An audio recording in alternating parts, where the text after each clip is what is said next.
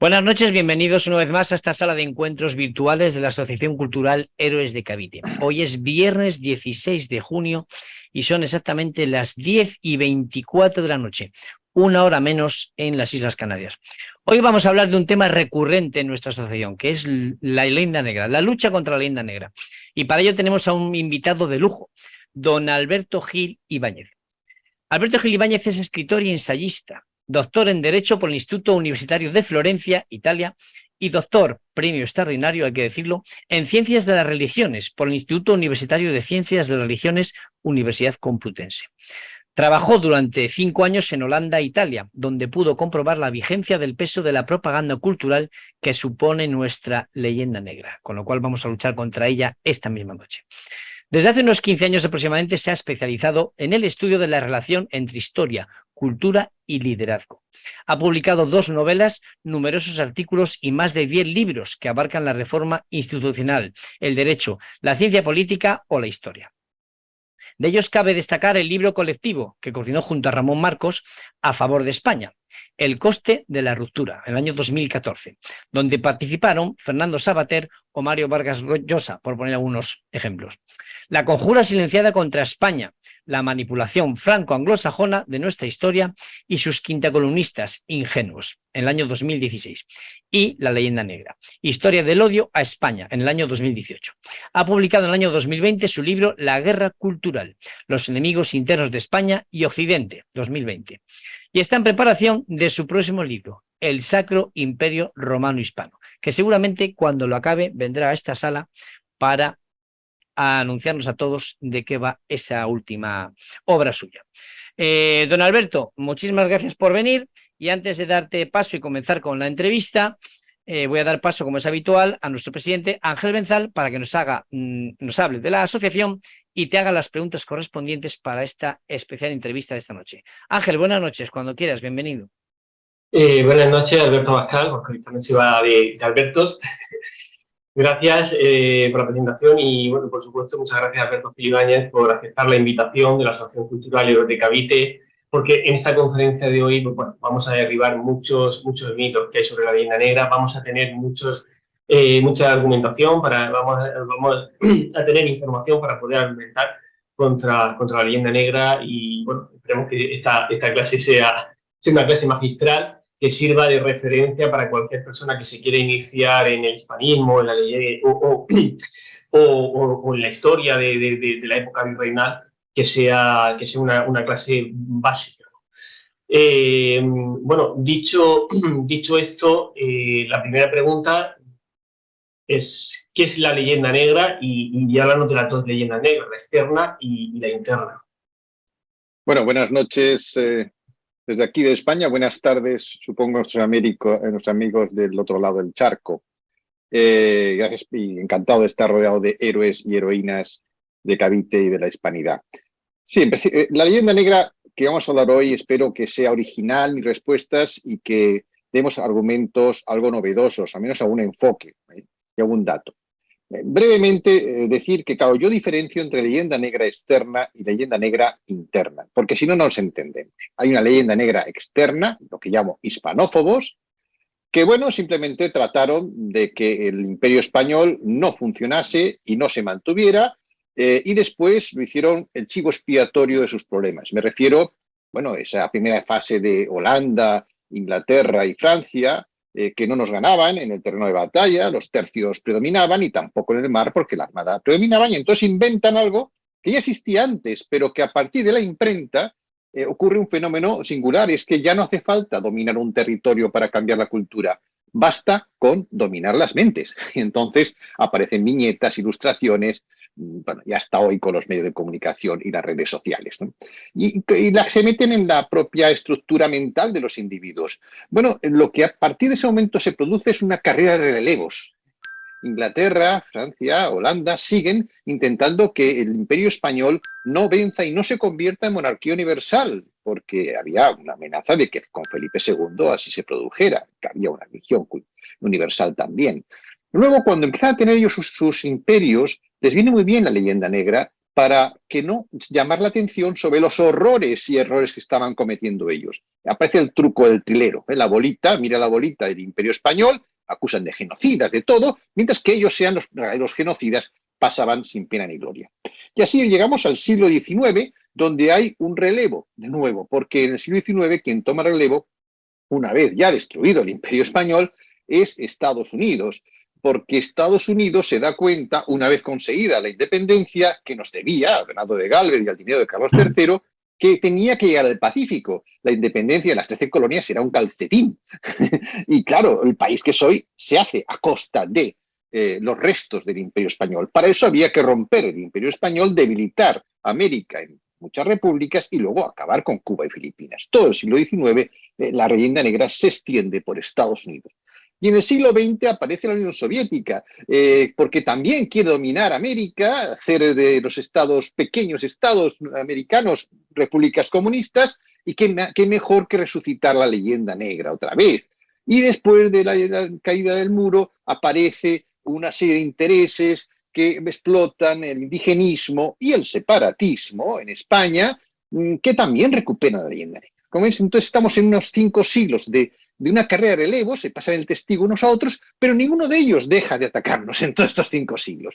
Esa es la fase externa. La fase interna yo les llamo cariñosamente hispanobobos, que es porque considero que el virus más letal que existe entre el mundo hispano, de los dos lados, es la ingenuidad, una insondable ingenuidad, porque no nos enteramos de qué va el mundo ni cómo funciona el mundo. Algunos todavía piensan ingenuamente que esto es un tema de derechas e izquierdas. No, es un tema de poder geopolítico, de grandes bloques luchando con el poder. Y hace tiempo que temiendo que el bloque hispánico pudiera ser una alternativa, decidieron cargárselo, ¿no? Y no se dan cuenta que lanzando piedras contra su propio tejado, a quien le va a dar en la crisma es a ellos mismos. Y estamos en esa fase de la hispanobobería, a la que yo llamo cariñosamente, que bueno, se podía entrar más en hablar traidores al sueldo y tal, pero bueno, quiero ser breve y lo dejo aquí. Bueno, muchas gracias. Y bueno, después de definir qué es la leyenda negra, habría que definir qué es el hispanismo, o la hispanidad. Bueno, para mí la hispanidad es justamente, o el hispanismo, es la defensa de ese legado común que tenemos 500 millones de personas hoy y que representa los 3 siglos que estuvimos juntos. Voy a hablar de hispanos, curiosamente, porque tengo que precisar que hispano en Norteamérica se refiere solo a los emigrantes latinos de Latinoamérica que van a Estados Unidos. Pero yo creo que no debemos condicionarnos por lo que decidan los norteamericanos sobre lo que debemos decir. Quien denomina, domina.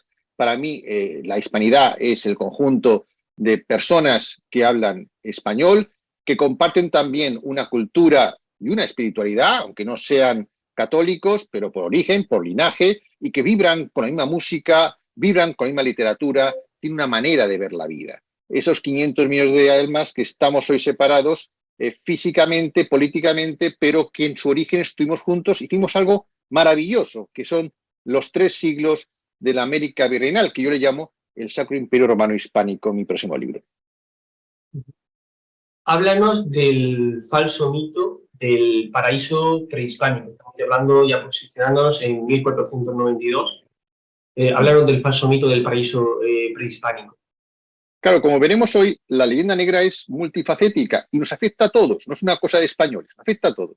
Efectivamente, el mito del paraíso prehispano es uno de los 3 dogmas, falsos dogmas, que contaminan el relato hispanoamericano. Luego veremos quizás otros 2, pero uno es el paraíso prehispánico, el mito del falso genocidio y el mito de los falsos libertadores, ¿no?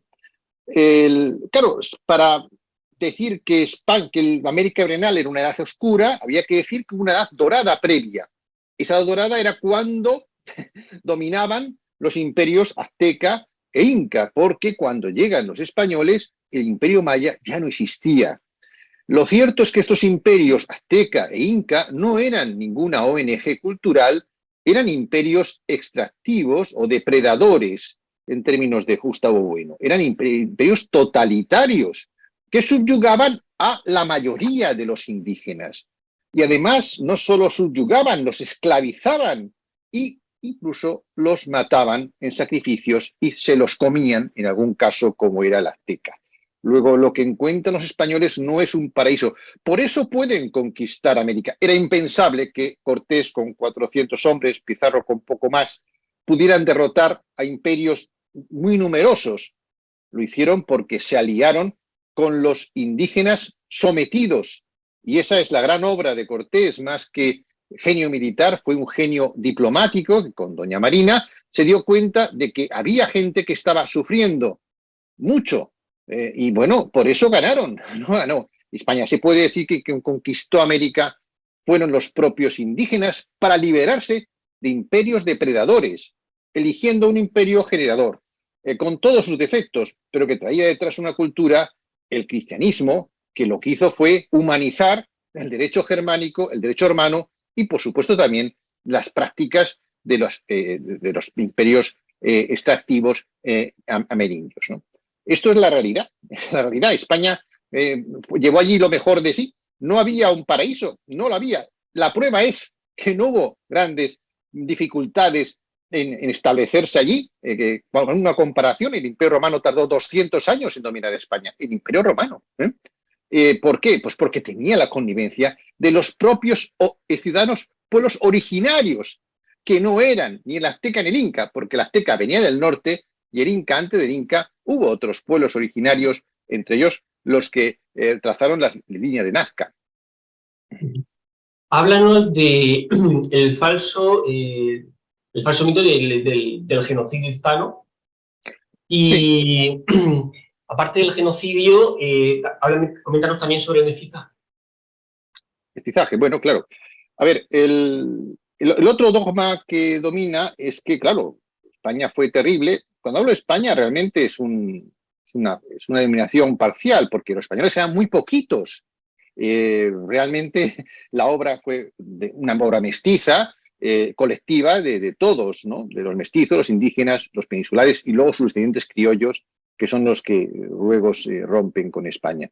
Bueno, el tema del genocidio, de nuevo, como se ve, la estrategia negro-legendaria es tan terrible que está muy bien diseñada y todos suelen empezar las acusaciones falsas con cifras absolutamente exageradas para llamar la atención. Claro, del genocidio se ha dicho, bueno, que fueron 200 millones de indígenas asesinados, 65 millones de indígenas asesinados. Realmente los estudios más cercanos que se han hecho de este tema dan la cifra de que cuando llegan los españoles había 13.300.000 habitantes. Eso es lo que había, no es la cifra que da Ángel Rosenblatt, profesor polaco, pero formado en Argentina, ¿no? Esta es la cifra más rigurosa. Hoy hay 41 millones de indígenas. Díganme dónde está el genocidio. 13 millones, hoy 41. Evidentemente murieron indígenas, como murieron españoles cuando llegaron los romanos, cuando llegaron los cartagineses, que lo digan Sagunto, que lo digan Numancia, o cuando llegaron los árabes, que no eran tampoco ninguna ONG cultural, aunque ahora se le esté blanqueando. Fueron 7 años dominados. Hubo muchas muertes, por guerras, también por enfermedades, pero no hubo ninguna intención de exterminar a nadie. Al contrario, tanto la corona como la iglesia fueron tremendamente protectores de los indios, mucho más comparado con cualquier otra civilización. Es más, Isabel la Católica es la que rompe la doctrina que venía desde Aristóteles de que había hombres libres por naturaleza y hombres esclavos por naturaleza, que es lo que aplicaban todas las potencias para hacer esclavos cuando llegaban a un territorio nuevo, cosa que España no hizo. No lo hizo de Isabel la Católica y no lo hizo también con la Escuela de Salamanca. Luego, genocidio no hubo. Al contrario, los españoles que fueron allí salvaron a muchos indígenas de morir a manos de otros indígenas que querían sacrificar sus hijos, sus mujeres, para luego comérselos unos y otros exponerlos a los dioses. Luego, bueno, nadie es perfecto. No quiero decir con esto que fuéramos maravillosos y tal. No, un encuentro, pues lógicamente hubo luchas y batallas, pero no hubo ningún genocidio. Eso es falso. Es más, este dogma falso se hace también para ocultar los verdaderos genocidios, que sí que los hubo, pero después, a manos de otros imperios, el imperio global más genocida ha sido Inglaterra, que sí que, y el imperio británico sí que exterminó poblaciones enteras en Tasmania, casi en Australia, casi en Canadá, etcétera, etcétera, y también se ocultan los genocidios que hubo después de la independencia. Es otro tema que no sé si no podemos entrar, pero quería dar unos datos, ¿no? Porque de esto no se habla, pero después de que, los indígenas apoyaron al rey español. Entonces, cuando acaba la guerra de independencia, pues los indios pastos, por ejemplo, en Ecuador, son prácticamente exterminados por el libertador Bolívar, o también los caquetíos en Venezuela, o los araucanos y mapuches en Chile, confiscando sus tierras, cosa que los españoles nunca hicieron, o la campaña del desierto de la Patagonia, 14.000 indígenas asesinados que se llevaban estupendamente bien, mapuches y tehuelches, con los españoles antes de las independencias, o se exterminó el 67% de los indios paraguayos, sin respetar ni edad ni sexo, o los chiriguanos en Bolivia, o los charrúas en Uruguay, o la persecución de los yaquis, 20.000 asesinados en México. En fin, de esto no se habla. Y para que no se hable de esto, hay que tomar el falso dogma del genocidio de español. Están también los falsos mitos de los libertadores, ¿no? En un nombre le han puesto libertadores, pero bueno, ahora contarán realmente quiénes eran. Estamos hablando ya de la guerra guerra civil, porque nosotros los hispanistas lo llamamos así, no un bando de América contra España. España no podía mandar soldados por las circunstancias propias de divisiones internas y la invasión napoleónica, ¿no? Entonces había una guerra civil. Pues coméntanos sobre los falsos mitos de los libertadores. Claro, si uno dice qué era la América hispana en principio del siglo XIX, 4 virreinatos, bastante autónomos, también porque estaban muy lejos, prósperos, económicamente prósperos. Andrés Bello lo dice. Ellos no se separan porque hubiera pobreza o que fueran siendo extorsionados por la metrópoli. Al contrario, Humboldt llega a México y dice, oye, aquí los impuestos son más bajos que en Inglaterra. La gente cobra mejor. Cobran más los salarios aquí que en Europa. Comen mejor, viven mejor. No se separaron por eso. Era una zona próspera, políticamente muy autónoma, y que pintaba mucho en el mundo. Hoy ¿qué es Hispanoamérica? 20 repúblicas separadas, con luchas internas, guerras civiles, conflictos, dominados por partidos o gobiernos comunistas, con bases americanas, con bases ahora de China. ¿Qué es lo que liberaron? ¿Qué es lo que liberaron? Esa es la pregunta que hay que hacer. ¿Qué liberaron? ¿Qué es lo que consiguieron? Bueno, pues realmente hacer de una zona muy próspera, políticamente muy relevante, todo lo contrario, el patio trasero de Estados Unidos, del que no se han podido separar en todo este tiempo. Estados Unidos que robó territorio a México, 2/3 partes, pero también Brasil aprovechó las guerras civiles para sumar territorio ilegalmente al que ya había sumado, porque Brasil es una vulneración del Tratado de Tordesillas, ¿no? Como todos es sabido. Así que esa guerra fue nefasta para todos, pero sobre todo nefasta para los propios hispanoamericanos. Luego no hubo libertadores. Y otro tema muy interesante es que la mayoría de los libertadores eran hijos de españoles, no nietos ni bisnietos, hijos de españoles. El propio Bolívar era descendiente de vascos burgaleses, pero todos los demás, una lista enorme de líderes que eran hijos de españoles, ¿no? Entonces, claro, ahí está la gran O'Higgins, por ejemplo, hijo del virrey de Perú, Rivadavia, hijo de un gallego, Francisco Miranda, hijo de un canario, el padre de José Martí era valenciano, José San Martín era hijo de un leonés, Mariano Moreno era hijo de un santanderino, Juan Bautista Alberdi, hijo de un comerciante vasco. Entonces se da la paradoja de que la conquista la hicieron los indígenas, impulsados por los españoles, y las independencias hicieron los españoles contra otros españoles, porque los indígenas no lo querían.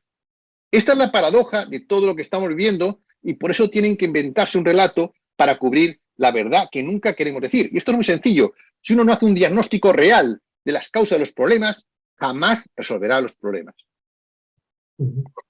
Luego está otro mito más, el mito de todo un clásico, nos robaron el oro, ¿no? Y su relación con la pobreza actual americana, porque parece que es una forma de tapar, o sea, el hablar del pasado. Aquí por lo menos decimos agua pasada no mueve molino, ¿no?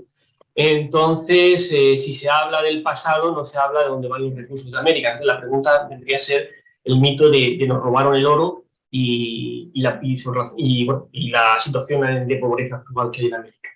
Claro, todo esto, fíjate, porque lo que la leyenda negra también produce es un estado de desánimo, no en España, en todo el continente americano, porque convierte a todos en víctimas, lo que no fueron. Y siempre se dice, bueno, España terrible. Bueno, hay que ver, para empezar, para comparar, hay que hacer siempre historia comparada con otros modelos, ¿no? En el caso del oro, lo primero que hay que decir es que al primero que le roban el oro es España. Los romanos, que tienen una leyenda dorada, y ya la quisiéramos nosotros, tardaron 2 siglos, como digo, en tomar posesión de España. Pero luego, cuando llegaron, pues querían nuestra plata y nuestro oro, que teníamos mucho entonces, ¿no? ¿Y qué hicieron? Pues la esclavitud estaba en ese momento perfectamente legalizada, luego explotaron las minas, siendo propietarios siempre los romanos, con esclavos hispanos. Entonces, sí, esclavos. Y esto lo dice hasta la Biblia, ¿eh? El primer libro de Macabeos, 8:3, narra la fama de los romanos que había llegado a oídos de Judas Macabeo, jefe de los judíos de la época, diciendo, también todo lo que habían hecho en la región de España para adueñarse de las minas de plata y oro que hay allí. O sea que los romanos no robaron el oro. Oye, pues no veo yo que haya muchas quejas, ¿verdad? De hecho, cuando España llega a América, no era un país pobre. Castilla era la región más rica de Europa. Por eso Carlos V vino a España y quiso que Castilla financiara su aventura europea. Y ocasionó una revuelta, la de los comuneros. No, simplemente, evidentemente, estamos en el comercio, queríamos conseguir especias y también oro y plata. Pero fíjate, curioso. Los reyes católicos, claro, no tenían una maquinaria burocrática como hoy tienen los estados actuales. Tienen que pactar con sujetos privados. Todas las aventuras que hacen en América son de pactos, ¿no? Con capitalaciones, con pactos, con contratos. Realmente es una conquista de contratos. Así se lo ha dicho, por ejemplo, Esquerra, ¿no? Y bueno, ¿qué pasaba? Pues que sí querían oro, pero no podían sacarlo ellos. Eran sujetos privados que sacaban el oro a cambio de una concesión.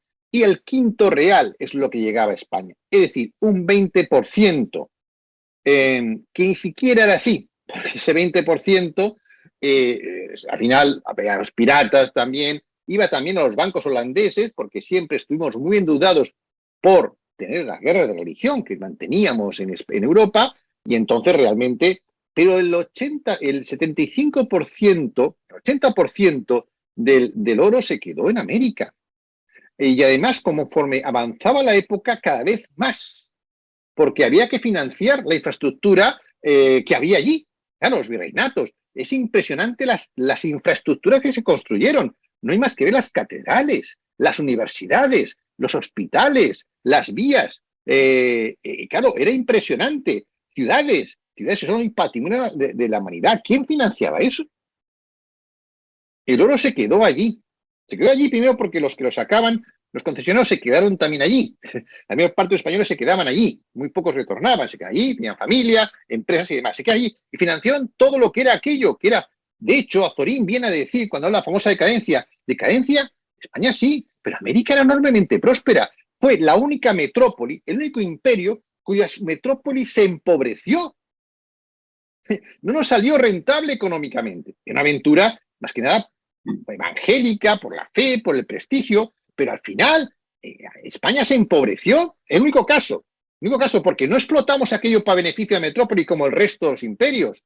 No, hasta Bentham recomendó a España, para superar su crisis de bancarrota, librarse de las colonias, porque nos salía, llamaban colonias, no eran colonias, pero decía colonias. ¿Por qué? Porque nos salía carísimo. El oro se quedó allí. Y es más, las minas, ciudades mineras como Potosí, eran focos de riqueza que fomentaron la industrialización de la zona. Potosí se convirtió en una gran urbe que atraía, demandaba servicios e inversiones de otras zonas. Con lo cual, Todo eso llevó a enriquecer. Y un último punto, podríamos hablar mucho más del tema, es que la plata se empleó fundamentalmente para hacer el real de A8. ¿Quién acuñaba el real de A8? México y también Perú. Y esa moneda es la que daba la riqueza a América, porque se convirtió en la moneda global, en la primera moneda única. Antes del dólar, del euro, de tal, estaba el real de A8, que era de plata. ¿Y esa plata dónde era? Era plata americana. ¿Pero a quién repercutía esa plata? ¿A América? ¿De dónde manera? Traía, comprabas materiales. ¿A dónde repercutía? ¿A México? Luego, el oro realmente se quedó allí. La plata, la mayor parte se quedó allí. La poca que llegó a España, lo que hicimos fue financiar nuestras aventuras, vamos a entrar en eso, de la gran religión, fundamentalmente para defender a la Iglesia Católica, porque fue España, eso sí, la única potencia europea que defendió a la Iglesia Católica hasta el final, por encima de su interés. En eso quedó la aventura del oro. Bueno, estamos con las nuevas obsesiones, la vuelta de la esclavitud. Coméntanos también sobre, me gustaría que me pusieras un poco la esclavitud en contexto, has comentado antes alguna cosa, pero que entras más en detalle sobre esa obsesión que hay ahora mismo de revisar la historia en general y concretamente la española, y estamos otra vez con las vueltas con el tema de la esclavitud. Coméntanos claro, un poco sobre ello. La historia esta, justamente la esclavitud, es la nueva leyenda negra, porque no era un tema que había surgido anteriormente, se metían con nosotros por muchos temas, pero la esclavitud no. ¿Por qué? Porque era conocido que los grandes imperios esclavistas habían sido el inglés, el holandés y el portugués, no el español. Tuvimos esclavos, es verdad, pero no fuimos fomentadores de la esclavitud ni negreros en el sentido. Antes más, hubo otros africanos que sí se hicieron ricos con otros esclavos africanos. Pero el español, bueno, sí, se beneficiaba. ¿Por qué? Pues porque muchas empresas, muchos emprendedores, tal, necesitaban mano de obra barata. Los indios no eran esclavos, luego había que traer esclavos de África como otros, pero en mucho menor medida. ¿Qué ha pasado aquí? De nuevo, lo mismo que con la Inquisición, lo mismo que con los judíos, lo mismo que con los genocidios. Se inventan unas cifras astronómicas fuera de toda magnitud, que no responden a ninguna realidad, para llamar la atención. Y hay una moda, claro, como ya hemos dicho que no hubo genocidio, que la Inquisición no mató a tantos, que los judíos no fueron tantos los expulsados a los esclavos. Hay que ir por otro lado, siempre atacando lo mismo. El fin justifica los medios. En realidad, al contrario, como se sabe, el fuerte Mosé en Estados Unidos fue la primera ciudad libre de esclavitud. Es decir, los esclavos negros llegaban al Imperio Español y sabían que si llegaban al fuerte Mosé, automáticamente quedaban liberados. Sabes que especialmente Isabel la Católica rompe con la doctrina que venía de los griegos que legitimaba la esclavitud. El Imperio Español es el que pone fin a la justificación doctrinal de la esclavitud. Y luego, claro, la Iglesia Católica tampoco lo veía bien, la esclavitud, porque todos somos hijos de Dios. Así que cuando había alguna persona que tenía esclavos, normalmente lo que hacía cuando moría en el testamento los liberaba, los manumitía. O sea, la gran cantidad de negros manumitidos que además se mezclaban también, o sea, mulatos, que no ocurría en otras zonas, es impresionante. Tampoco se dice que hubo esclavitud después también de que España se fuera. Por ejemplo, en el Yucatán y el Valle Nacional, en tiempo de Porfirio Díaz, hubo más de 8.000 indios yaquis esclavizados. Esto es después de que España se fuera, pero esto tampoco se habla. En realidad, en España la esclavitud se prohíbe en 1766, oficialmente en 1837, antes que en Estados Unidos. Es verdad que Cuba y Filipinas quedaron como dos excepciones, pero ¿por qué? Porque las burguesías que dominaban esas zonas querían mantenerlo. La burguesía que dominaba en Cuba sabemos que era la catalana, no es por meternos con nadie, pero es que últimamente ha habido una obra literaria de un autor catalán hablando de la esclavitud española de Cuba. Bueno, digamos que sí, pero sobre todo de la burguesía catalana, que los que presionaban al gobierno para seguir teniendo esclavos. Pero fundamentalmente los que fueron responsables de que la esclavitud no se aboliera antes en Cuba fueron los sureños de Estados Unidos, porque se adueñaron de las azucareras y no querían tener esclavos en Cuba. Y querían tener esclavos en Cuba.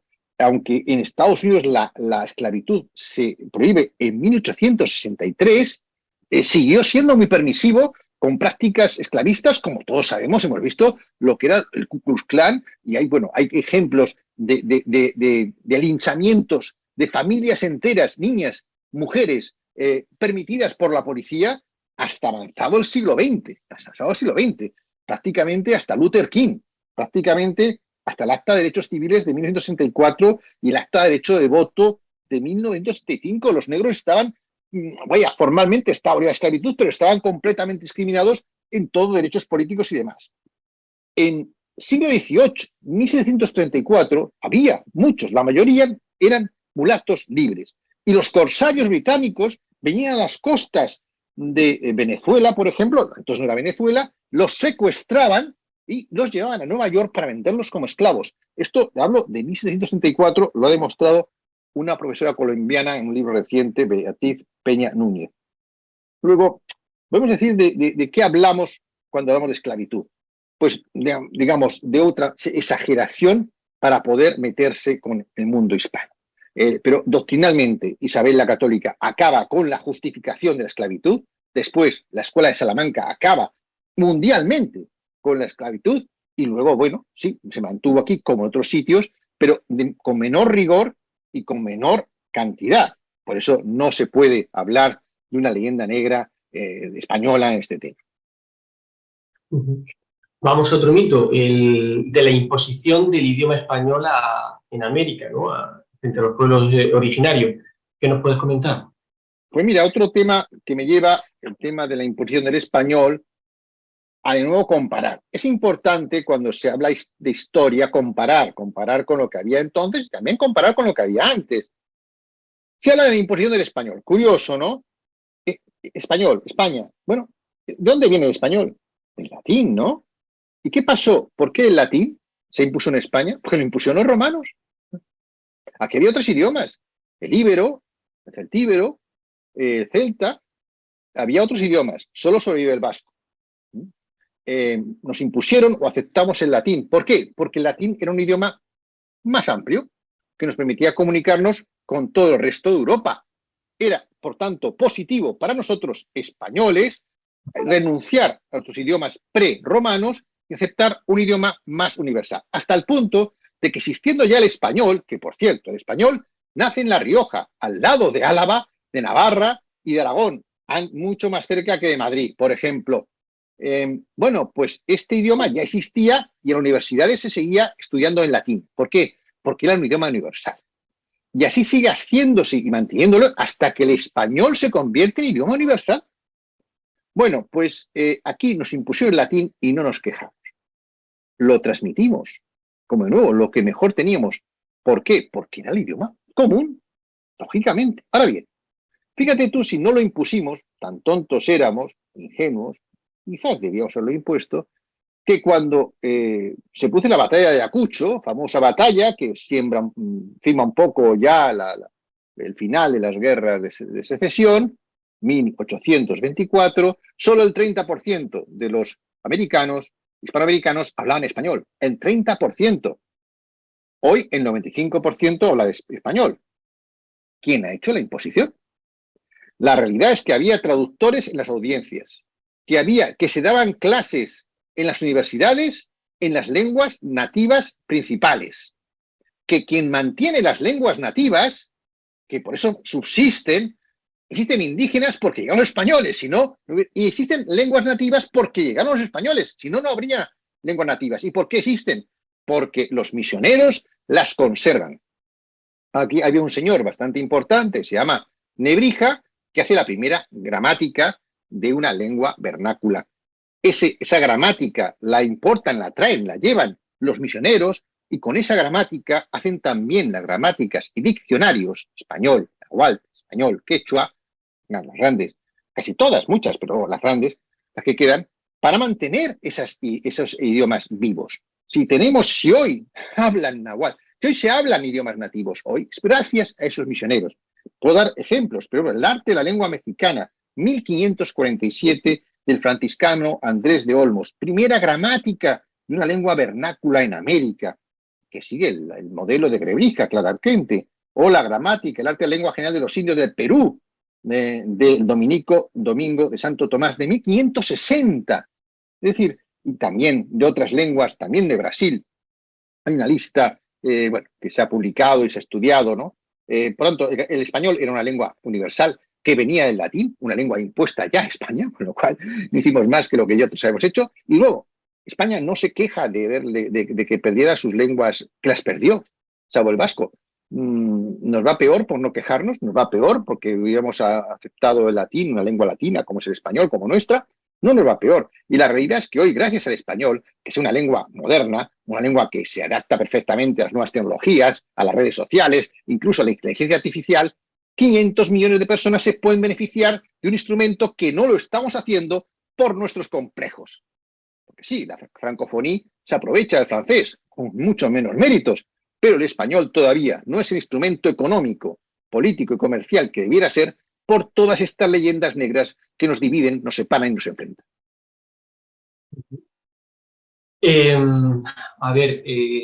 Coméntanos sobre las leyes que protegían a la población indígena y sobre el mito de que las leyes, estas leyes la protegían, que hay mucha gente que sí, incluso dentro de indigenistas, que sí lo reconocen, porque al fin y al cabo eso no se puede cuestionar, está por escrito, pero bueno, que las leyes que protegían a los indígenas no se cumplían, ¿no?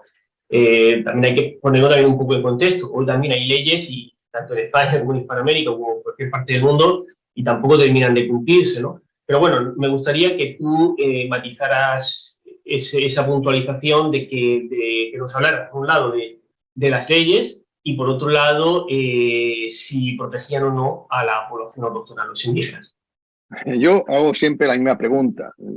Si uno es un indígena, que por cierto, como digo, los indígenas hay que diferenciar, que creo que están equivocados, que no deben aceptar la visión aztecocéntrica o incacéntrica, ¿no? Había más indígenas que estaban sometidos y que se llevaban muy bien con eso. Por lo tanto, ¿a quién perjudicaba esas leyes? Pero las leyes siempre fueron protectoras de los indios, no solo fueron protectoras, fueron revolucionarias en ese aspecto. El primer código de trabajo se crea por las leyes de Indias, leyes de Burgos, con protección a los trabajadores indígenas y demás, con 8 horas, 4 horas por la mañana y 4 horas por la tarde, con derecho al descanso, con prohibición del trabajo infantil, siglo XVI. Para encontrar leyes semejantes en Europa hay que esperar al siglo XIX.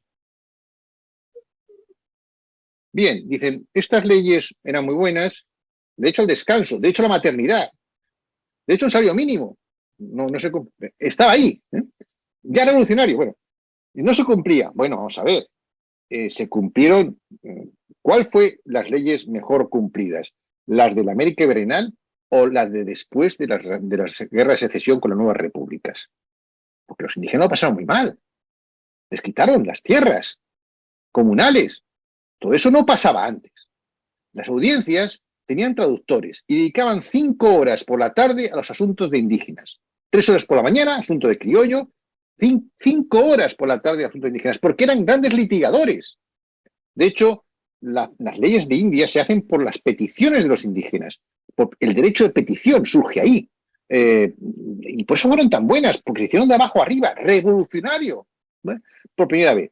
Y lo cierto es que la corona, Consejo de Indias, diseñó un aparato de control increíble, con audiencias, 20 audiencias, tribunales, bastante independientes, como digo, 5 horas por la tarde de asuntos indígenas, con los visitadores de indios, con el juicio de residencia a los dirigentes que se quedaban en su residencia meses recibiendo el siguiente las quejas de su gestión, con tantas historias que, hombre, dices, es que no se cumplió al 100%, como dices tú, es que ningún régimen jurídico se cumple. Hoy me pregunto si en Venezuela, en muchos países, se está cumpliendo la ley y si los jueces realmente le dejan ser independientes. Hoy, siglo XXI. Hablamos del siglo XVI y se queja. Mire, la prueba de que se cumplían es que Colón perdió todos sus privilegios por no cumplir las instrucciones de los reyes, por maltratar a los indígenas. Colón, o sea, no cualquiera, Colón, pero Cortés tuvo que volverse. No pudo quedarse ahí, porque estuvo en el juicio de residencia y pasó muchos años. Luis de Balboa también fue sometido a juicio. por cierto, en este caso injusto, como a Cortés, pero quiero decir que hasta los más grandes eran sometidos a juicio. Hombre, es que no cumplían las normas que prohibían las encomiendas. Claro, había resistencias, pero cuidado, que había encomenderas indígenas. Es que los encomenderos no solo eran criollos, bueno, españoles, es que ahí hay que estudiar también la nobleza inca y azteca, después de ser derrotada, no fue expulsada o perseguida, sino que se les concedieron títulos nobiliarios. Y a los incas, a los descendientes de los incas, se hicieron encomenderos. Eran ellos mismos los que incumplían las normas. Entonces, quiero decir, había resistencia, sí, pero la voluntad de los reyes fue bien firme. Y a los virreyes se les mandaba allí, y para que no hubiera corrupción, con máximo 6 años, 3 y 3. Ya por mucha gente se dice que efectivamente hubo un cumplimiento como en todos los sistemas, pero mucho menos que en otros sistemas de la época. Es más, probablemente el sistema virreinal fue en este aspecto excepcional comparado con cualquier otro imperio de la época anterior y posterior. Háblanos de las diferencias entre un imperio generador y un imperio depredador. Bueno, es una distinción que hace Gustavo Bueno, bueno, que para mí me parece que es muy brillante, aunque hay gente, claro, que le molesta las consecuencias de esa discriminación. Pero qué curioso que cuando otros autores anglosajones, como por ejemplo Acemoglu y Robinson, hacen el libro de por qué fracasan los países y dicen que el imperio español era extractivo, bueno, en fin, no voy a entrar en discusión de ese libro, pero lo que me sorprende es que tantos hispanos den palmas para alabarlo, es bueno, un razonamiento muy pueril, pero nadie dice nada. Cuando se habla de que el absolutismo es extractivo, que es falso, para justificar la pobreza, la división entre Sonora y Nogales. Bueno, habla de imperios generadores, por lo tanto, un imperio que no mira egoístamente solo al beneficio de la metrópoli, sino que crea instituciones en los países que domina. Genera riqueza, genera instituciones, genera nuevas entidades políticas. Esto es lo que hizo el Imperio Español. Generó virreinatos, generó capitanías muy autónomos, muy eficaces, con instituciones, como digo, las audiencias, los cabildos, instituciones que duraron y que perduran hasta el día de hoy. Generaron riqueza porque no buscaba beneficio de la metrópoli, buscaba justamente que fueran ricos los territorios, y de hecho no hubo monocultivo. ¿Qué hacían los imperios extractivos o depredadores?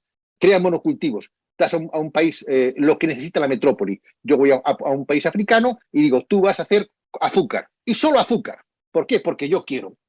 Tú algodón, y solo algodón. ¿Por qué? Porque yo quiero. Y luego además compro o no te compro, o compro mucho más barato. España no hizo esto. En América había de todo tipo de cultivos, todo tipo de industrias. Era autosuficiente. Es más, era un polo comercial entre Asia y Europa. Generó instituciones, generó riqueza. Otros, sin embargo, lo que hacen es generar, no, dejan los países sin universidades, sin hospitales, sin nada.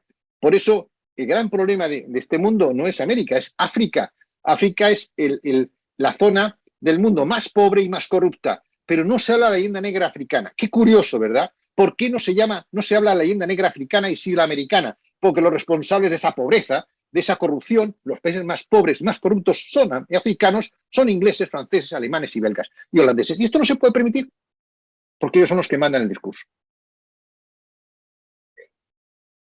¿Y si no hubieran conquistado los ingleses? Y, por ejemplo, en Cartagena, bueno, esto es otro de los dogmas.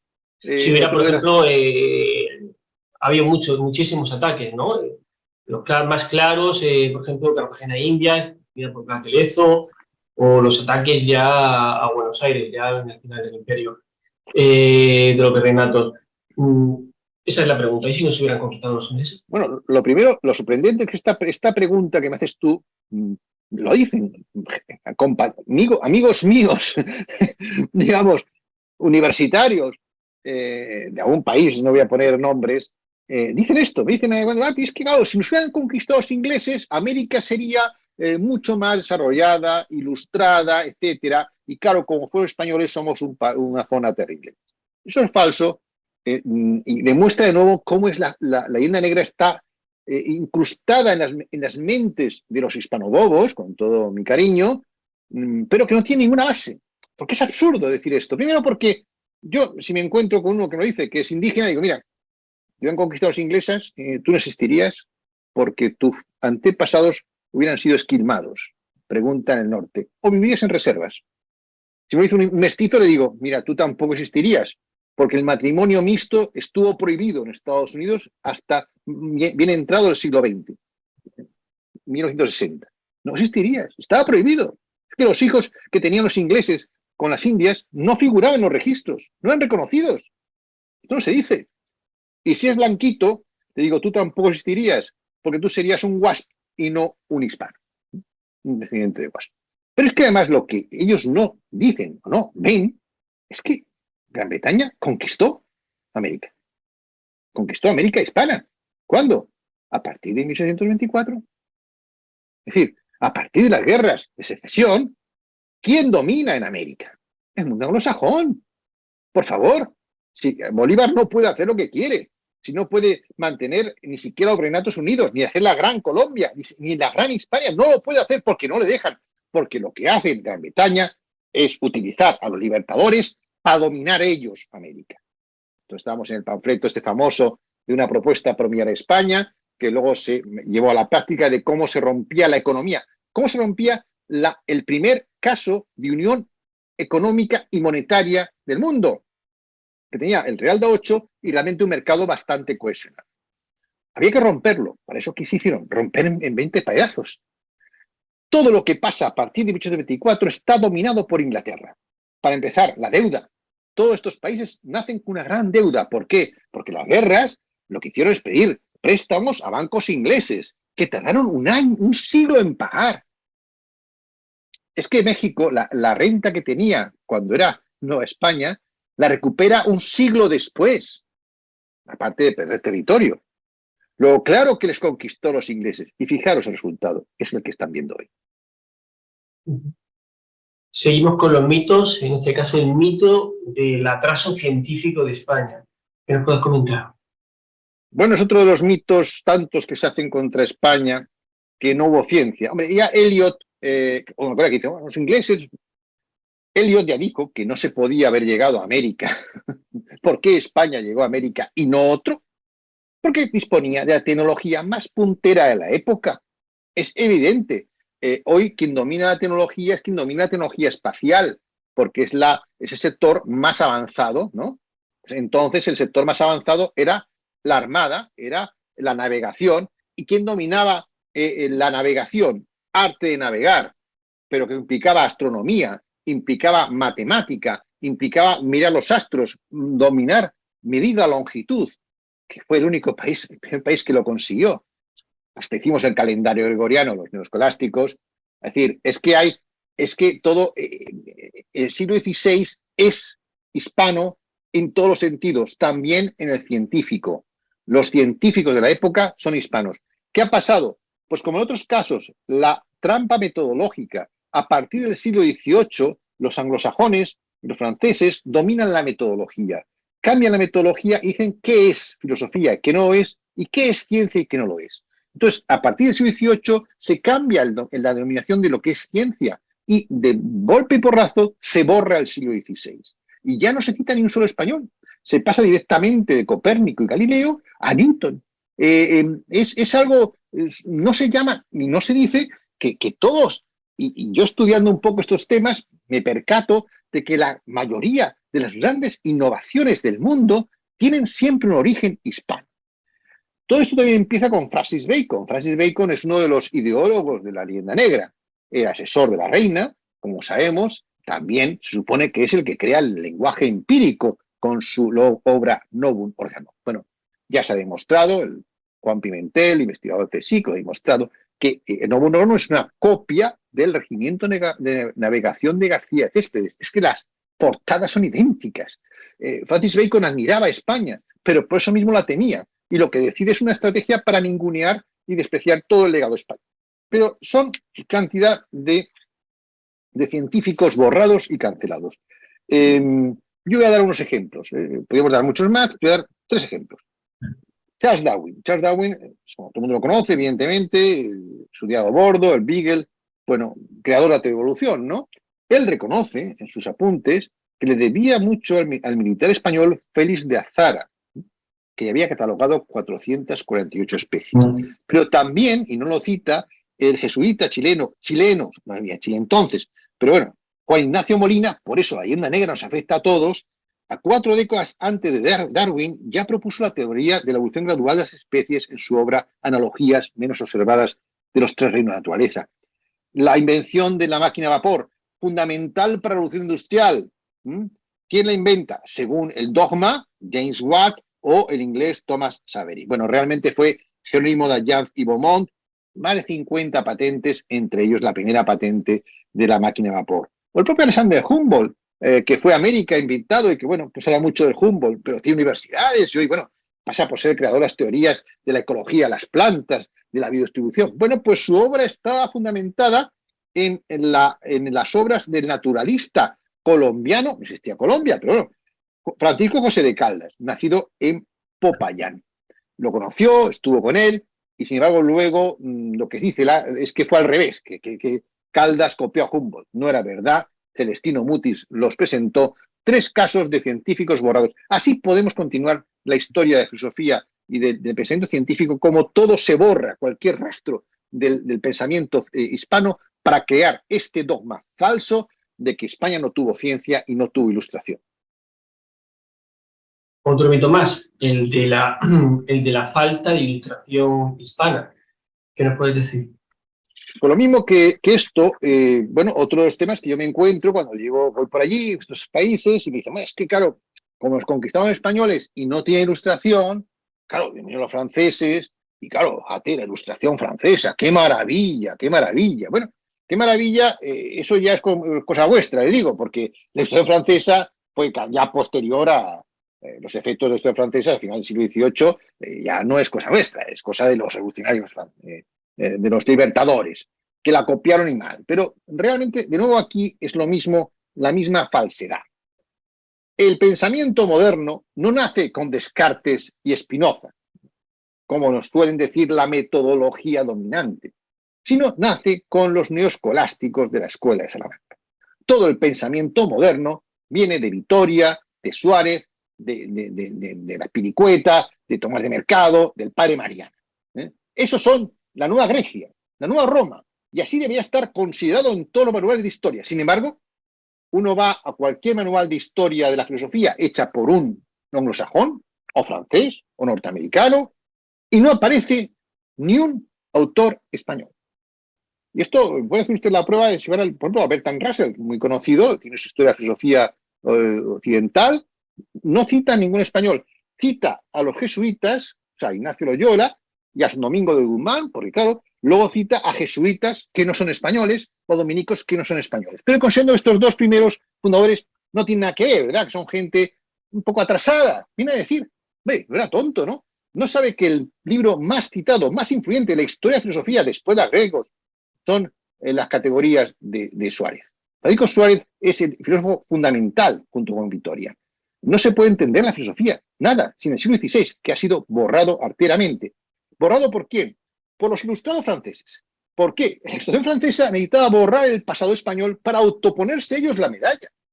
Por eso el abate Raynal, por ejemplo, es uno de los más feroces hispanófobos, como Diderot, Lambert y tantos, porque sabían que para que ellos triunfaran, para que ellos pasaran a la historia como los creadores de la luz, tenían que oscurecer una luz mucho más potente que había habido en el siglo XVI, de la que ellos bebían. Yo pongo unos ejemplos. Descartes copió a Pereira y a Suárez. Suárez lo acepta, que había sido influido por Suárez. Spinoza también acepta, aparte Spinoza era sefardita, que estaba influido por Francisco Suárez. Newton y Galileo, antes de Newton y Galileo, Domingo de Soto y los neoescolásticos establecieron los principios de la ley de gravedad y del funcionamiento de los astros. Francis Bacon copia a García de Céspedes. Groth y Pufendorf, que pasan por ser los creadores del derecho natural, copian a Victoria, Molina y Suárez. Adam Smith copia a Domingo de Soto, y lo sabe, y lo dice. Rousseau copia a Suárez. Locke y Adams se basan en Mariana, y lo dicen. Lessing, Heidegger y Schopenhauer a Huarte. Schopenhauer también a Gracián. Leibniz y Heidegger a Suárez. No se puede entender la filosofía occidental sin los españoles, pero se nos han robado. Bueno, coméntanos sobre la Inquisición. Hay muchos mitos también que pesan sobre la religión, sobre la Iglesia Católica y sobre la Inquisición. ¿Qué nos puedes decir? Otro de los temas estrella, ¿no? Como sabemos que ya te estamos dando un repaso a tantos temas que demuestran cómo tanta gente se ha preocupado tanto de crear tantos temas contra el mundo hispano. ¿Por qué será? ¿Por qué será? La Inquisición, de nuevo, empieza con cifras absolutamente desorbitadas, como pasa con el genocidio, como pasa con todo. Se llaman cifras de 100 millones y 200 de miles asesinados por la Inquisición en 3 siglos y medio. Es una cosa que cualquier persona lo ve, lo oye y dice, esto es una cosa terrible. Estudios recientes, de Rosenblatt para el genocidio. Estudios recientes, no de un español tampoco, sino de un inglés, Henry Kamen, estudiando las actas, porque los hispanos tienen la manía de dejar todo escrito. Lo que hacen bien, lo que hacen mal, los anglosajones no, lo que hacen mal no dejan huella. Estipula que una aproximación rigurosa del número de ejecutados podía ser como máximo 3.000 en 3 siglos y medio. 3.000, 3.000. Otros autores con el mismo sistema lo rebajan a 1.500, 3.000. De cada 100 sentencias de muerte que se daban en Europa en el siglo XV y XVII, una la daba la Inquisición. Porque el resto de países también tenían tribunales para fortalecer el Estado y controlar a los herejes, por supuesto. Lo que pasa es que no lo llaman Inquisición, le llaman tribunales penales y civiles. Por cierto, que la Inquisición no nace en España, nace en Francia, para luchar contra los cátaros y los albigenses, cristianos contra cristianos, nada más y nada menos. Pero eso tampoco se dice. Y tampoco nace en Castilla, sino en Aragón. El primer tribunal es en Aragón, que tampoco se dice. Cuando los catalanes también dicen que esto no va con ellos, que bueno, que es una cosa castellana, pues no, el primer tribunal fue en Aragón y en Sevilla. Que eran también tribunales tremendamente rigurosos, torturadores. Pues no, al contrario, todo era muy reglado, eran curas, era todo muy reglado, había siempre un abogado defensor, estaba todo muy ritualizado, y las prisiones de la Inquisición eran las mejores de la época. Por eso la gente, cuando le detenía por otro delito común, se ponían a blasfemar para que les cogiera la Inquisición y poder tener un trato más justo, sabiendo que con la Inquisición la mayor parte de la gente no moría. No moría, porque la pena de muerte, evidentemente, y la tortura era generalizada en toda Europa. En toda Europa, hasta bien entrado el siglo XIX. En la civilizada Inglaterra o Suiza, hasta finales del siglo XIX, pena de muerte y tortura estaban legalizadas. Por lo tanto, no es los datos que daban, no eran las torturas que daban, en otros países hacía lo mismo. Es más, si comparamos con la matanza de brujas, se calcula, porque no dejaban actas, porque no había juicios formales, que hubo más de 100.000 mujeres, estamos en el siglo del feminismo, mujeres asesinadas en Inglaterra, en Francia, en Alemania, en Suiza, etc. Esto no se habla. ¿Por qué será? Pero hablando de América, en América, como mucho, ha habido varios autores que han intentado dar cifras, llegó más tarde, llegó en 1571, hubo algunas inquisiciones, pero dones religiosas anteriormente, pero el Tribunal de Santo Oficio de México se crea en 1571, claro que un tribunal que cubría 2 millones de kilómetros cuadrados, llega hasta Filipinas, evidentemente, muy riguroso no podía ser. Bueno, como mucho hubo 82 ejecutados en América. ¿Y era algún indígena? Pues no. Era la mayoría piratas holandeses, piratas ingleses o algún sacerdote acusado de hereje. ¿Por qué entonces este problema con la Inquisición? Pero hay otro dato comparativo, como digo, la historia hay que hacerla de manera comparada. Bien, en 1487, 5 años antes de que viniera Colón, no mucho antes, por tanto, el emperador azteca Aitol, durante 14 días mandó sacrificar a 82.000 indígenas. 82.000 indígenas en 14 días, 5 años antes de que llegaran los españoles. En 3 siglos, 82 ejecutados. Pues díganme ustedes dónde está el problema con la Inquisición. Bueno, háblanos sobre la expulsión de los judíos, también es otro de los mitos, han sido expulsados de muchos países de de Europa, incluso ha habido desastres con este pueblo relativamente recientes, pero solamente se habla de España. Coméntanos sobre la expulsión de los judíos de la península.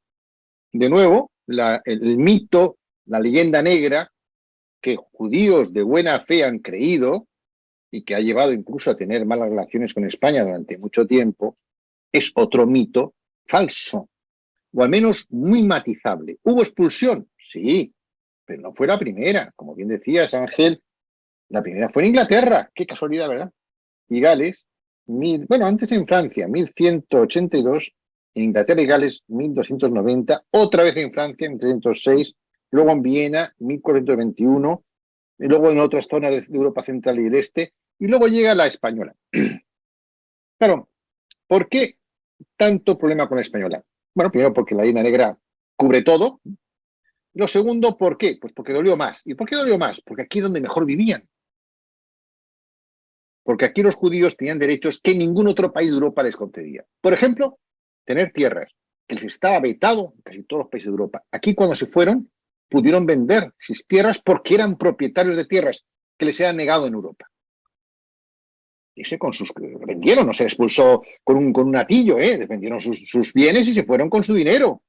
No se les persiguió. Hubo persecución en judíos como en toda Europa, pero no fue porque los españoles fuéramos más fieros con ellos. Al contrario, no resistimos. Fuimos los últimos que incorporamos en la doctrina del Cuarto Concilio Letrán, que es cuando el Vaticano pues alerta el peligro económico y matrimonial que eran los judíos. Fuimos los últimos que seguimos esas instrucciones que se habían dado en el siglo XIII. Pero bueno, hubo cosas, sí, pero menos que en otros sitios. Por eso aquí se llama Separat, porque esa era su casa, porque había venido muchos judíos, hasta 600.000 se calcula por Isaac Abravanel, aunque Netanyahu, el abuelo del primer ministro judío, o el padre, lo reduce a 400.000. En todo caso, hay datos hoy para decir que la mayoría de los judíos se quedó. Esto es un tema que no quieren reconocer los propios judíos ortodoxos, porque sería como aceptar que el pueblo judío aquí traicionó su fe. Tampoco una gran traición, porque lo que se está ofreciendo era una conversión al mismo libro, la Biblia. No era pasar de la Biblia al Corán, sino, bueno, en vez de ser el Antiguo Testamento, incorpora unas páginas más del Nuevo Testamento. Al fin y al cabo, el cristianismo es una secta judía. O sea, no les estábamos diciendo que era algo completamente estrambótico. Pues muchos se convirtieron, y muchos se convirtieron voluntariamente. Y esto es una cosa que no pueden aceptar los judíos ortodoxos. Por eso, esta manía especial con España. Pero la verdad es que el 60% de los judíos se quedó. Al menos 60% de los judíos. Doy unos ejemplos claros. Por ejemplo, Salomón Aleví, rabino mayor de Burgos, pasó a ser obispo de Burgos. Fíjese qué malos éramos con los judíos. Que el rabino pasa a ser obispo. Y su hijo, Alfonso de Cartagena, muy famoso diplomático, consejero del rey, autor del Duodenarium, fue nuncio apostólico. Pero es que Santa Teresa de Jesús, San Juan de la Cruz, Cervantes, Feliu de León, Fernando de Rojas, Diego de Velázquez, hasta se dice que el propio Franco, esto lo dice el embajador Samuel Juárez, que estaba entonces en España, que Franco era descendiente de judíos. Yo no lo sé. Pero quiero decir que la mayor parte se quedó. Y hay un dato que lo corrobora, y es que tenemos hoy estudios de genética de poblaciones, que es una ciencia, no es una especulación, que puede haber otros temas, y dicen, estudiando la genética de poblaciones, o sea, la herencia genética a los españoles de hoy, que el 19,8% de la población española actual tiene sangre judía. O sea, el 20% de la población española actual tiene sangre judía. Si entonces había 600.000 judíos de un total de 8 millones de españoles, ¿cuántos se fueron? ¿Cuántos se fueron? ¿Se fueron algunos? Sí. Y beneficiaron, por cierto, a toda Europa con la cultura que traían de España. El Renacimiento es obra mucho también de esa explosión de judíos en Europa que continúan la trayectoria del siglo famoso XVI y XVII. Pero la mayor parte se quedó. Es un dato que está aquí. 20% de la población española tiene sangre judía. Es más, y esto es un dato que es también no especulativo. Hay más semitas en España que en Israel. Por una razón, y es que el pueblo semita eran los sefarditas, entre otros. Eso se fue perdiendo y la mayor parte de los judíos hoy son askenazis, que vienen de Europa del Este, que ya no son semitas. Por lo tanto, teniendo el 20% de sangre semita, nosotros tenemos más judíos en España hoy que en Israel. Esa es el resumen de la expulsión más terrible de la historia de los judíos. Bueno, la diferencia entre la expulsión de de los judíos, cuando se compara, yo creo que no es comparable la expulsión de los judíos, por ejemplo, con la de los musulmanes. Los judíos, al fin y al cabo, vinieron de forma pacífica, ya se le ha en supuesto agravio, se le ha compensado dando la nacionalidad y pidiendo perdón, pero en el caso musulmán entraron a sangre y fuego, ¿no? Se expulsaron a sangre y fuego y entraron a sangre y fuego. Son dos casos totalmente diferentes, no sé qué opinas sobre esto. Y bueno, sobre también, porque no solamente está el mito de la expulsión de los musulmanes de España, sino también el mito durante la conquista, ¿no? Porque muchas veces se habla de si hay reconquista o no, o si se le puede llamar reconquista o no, o que entraron casi invitados por una facción del reino visigodo, y la realidad es que hubo una serie de batallas y bueno, el sistema feudal y la facilidad de los caminos romanos, que en aquel momento se conservaban, pues a lo mejor complicaban la defensa, ¿no? ¿Qué nos puedes decir sobre, en primer lugar, pues eso, sobre el mito, sobre la supuesta llegada medio pacífica de los musulmanes a la península, y luego sobre su expulsión? Bueno, y quieres que sea breve, ¿no? Para contestar a estas dos preguntas que serían objeto de dos libros, ¿no? Bueno, primero, reconquista, evidentemente, por un hecho evidente, es que hubo una reconquista porque hubo una batalla como en Navarra de Tolosa y porque el mundo árabe, es curioso el blanqueamiento de la invasión árabe comparada con la española. La española fue terrible en América y los árabes aquí fueron una alma de la caridad. Aquí hubo una resistencia fiera que no paró durante 7 siglos, allí no. Porque claro, tan malos serían que nadie, bueno, había chimichecas y algunas, pero en fin, muy pocas revueltas.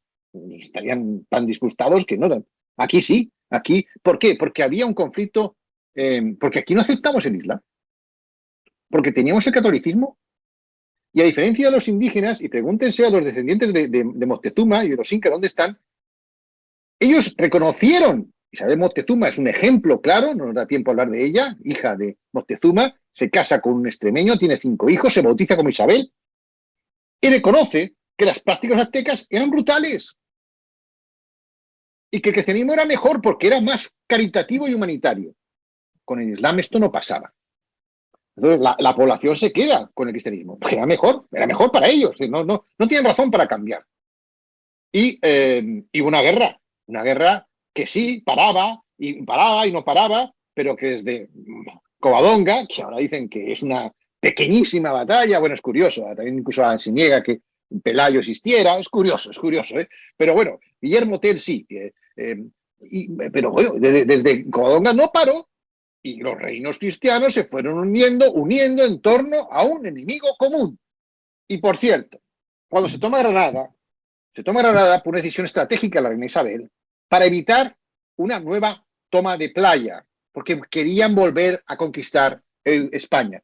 Y además digo más, la intención de los árabes no fue nunca solo España, sino fue toda Europa, como demuestra luego el Imperio Otomano por el este, Constantinopla, y España vuelve a parar al Imperio Otomano en Lepanto. Tampoco aquello era una conquista, ¿no? Eran también onejes culturales. Lo cierto es que la batalla de Guadalete fue la consecuencia de la división interior que existía entre los propios visigodos. ¿Por qué? Porque las monarquías visigodas eran electivas, no eran de sucesión hereditaria. Luego se crearía la sucesión hereditaria porque daba muchos menos problemas. Porque cada vez que moría el rey había una guerra. Entonces los hijos de Bitiza se rebelan contra Rodrigo y permiten el paso de los árabes, pero con ánimo de querer ponerse ellos. Y esta vez los árabes dicen, no, llegamos hasta donde nos dejen, les paran en Poitiers, pero aquí no vino nadie a defendernos. Lo que no hubo fue una reconquista europea porque los europeos nos dejaron tirados. Hubo unos pocos templarios que además pedían luego pillaje, les echamos, Sí había cruzadas para ir a Jerusalén, no para venir a España. Es curioso, ¿verdad? Es curioso ya entonces cómo Europa deja tirada a España, pero la intención del mundo árabe no era pararse en Poitiers. Les paran porque les da tiempo a coger, ven cómo está el tema y entonces los ejércitos francos se reúnen y les plantan batalla. Nosotros no los plantamos batalla porque estábamos divididos.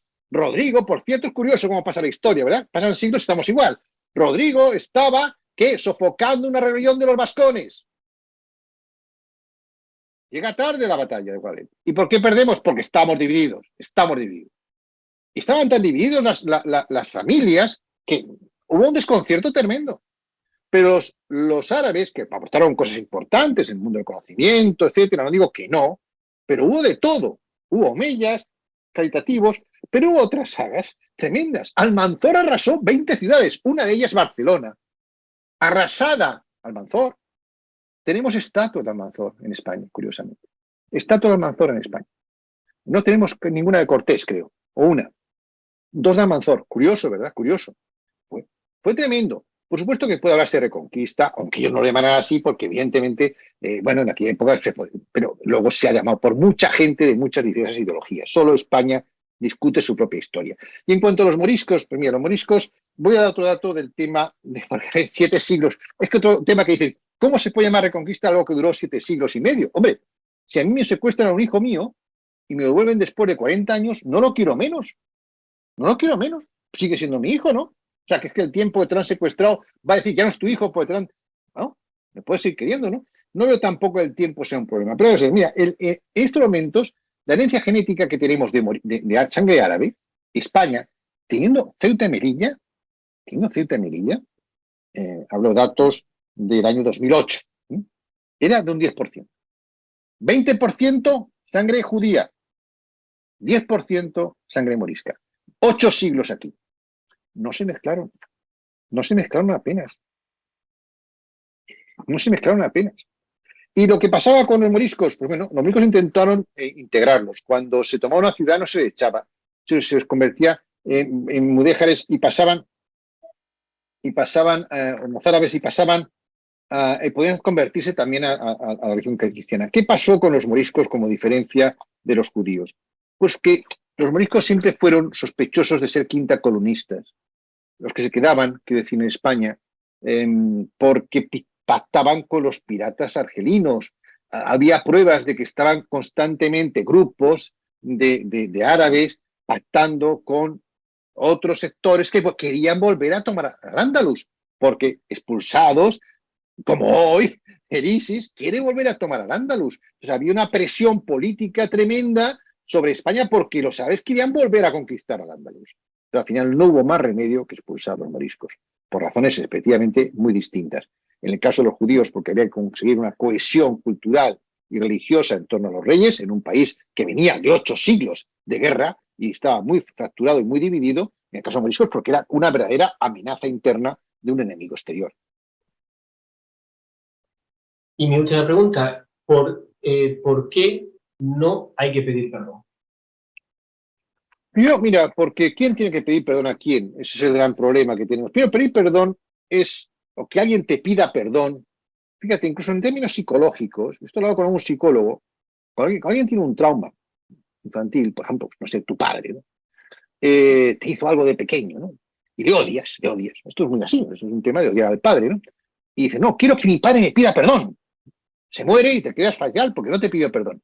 Lo que recomiendan los psicólogos es pedir tu perdón. O sea, olvidar es perdonar. Tú, perdona a tu padre. Lo hizo porque hizo aquello, pues porque estaba a lo mejor, compréndelo, pero quítate ese muerto de encima con todo ese... El estar en este estigma del victimismo permanente, que es lo que quieren algunos para gobernar. El problema de López Obrador, en el fondo, es una estrategia muy sencilla. El enemigo de México no es España, evidentemente. Nos fuimos allí hace mucho tiempo, no somos responsables de nada de lo que ocurre hoy. ¿Quién es el posible enemigo de México? Que sí influye en lo que pasa hoy. El gigante del norte, Estados Unidos. Pero eso hace pupa, eso hace daño. Eso no. Incluso con Trump se llevaba muy bien. Fíjate, pero ¿qué tiene que hacer para gobernar? Buscarse un enemigo exterior, porque es la única manera de no asumir responsabilidades. Entonces, para buscar un enemigo exterior, vayamos a España. López Obrador, otro libertador, hijo de español. Entonces, ¿a quién hay que pedir perdón? En caso de que hubiera que pedir perdón, como digo, sería a los españoles que se quedaron allí, que son los responsables. Creo que entre nosotros, los que estamos aquí peninsulares, ¿cuántos de nuestros antepasados han sido conquistadores? ¿Alguien le puede levantar la mano? Yo entre mis amigos no conozco a ninguno. ¿No? ¿Dónde están los hijos de los conquistadores? ¿En América? ¿Y los encomenderos? ¿En América?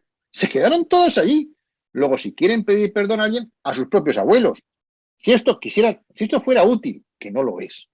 Porque yo creo que si un imperio, una obra como la española, hay que juzgarla de dos maneras. Una, en términos comparados, ¿qué hacían otros en parecido tiempo y lugar? Y luego, en términos de resultados netos. Hay cosas negativas, oscuridad, y hay luz, mucha luz. ¿Qué es lo que al final sale? El resultado neto, con un balance, el debe y haber, es negativo. Es decir, la presencia española, que fue muy poca, fuimos muy pocos allí, pues no había ejército de ocupación, por eso perdieron la guerra de secesión. Fuimos muy pocos siempre, pero el resultado fue negativo. ¿Realmente dejamos a América peor que la encontramos? Humboldt no piensa eso, y era alemán. Humboldt dice que México era la ciudad más bella del mundo. Que, por cierto, Cortés podía haber arrasado Tenochtitlán y haber nombrado capital a Tlaxcala. Hubiera sido más justo. No, insistió en que México sea la capital. Y eso llevó a unas obras de ingeniería tremendas, porque estaba en un pantanal. Consiguieron hacer de México la ciudad más bella, mucho mejor que cualquier villorrio del norte. Era enormemente próspera. Entonces, ¿qué queda? ¿Qué era? ¿Peor lo que encontraron? No, mucho mejor. Hoy está peor, pero no por culpa de España, por culpa de los libertadores. A ver, somos ya mayorcitos y cada uno asume su palo de la abuela. Entonces, yo creo que hay que ser justos con las cosas. Y hay mucho más positivo que negativo. Pero además, en términos psicológicos, yo hablo de la historioterapia, es que nos conviene más a los hispanos, no digo españoles, a los hispanos. Está todo el día quejándonos, echando culpas a algo que pasó hace 5 siglos o de tener un relato empoderante que nos lleve a conquistar el futuro. Para eso hay que hacer autocrítica también, que no se está haciendo autocrítica. López Obrador.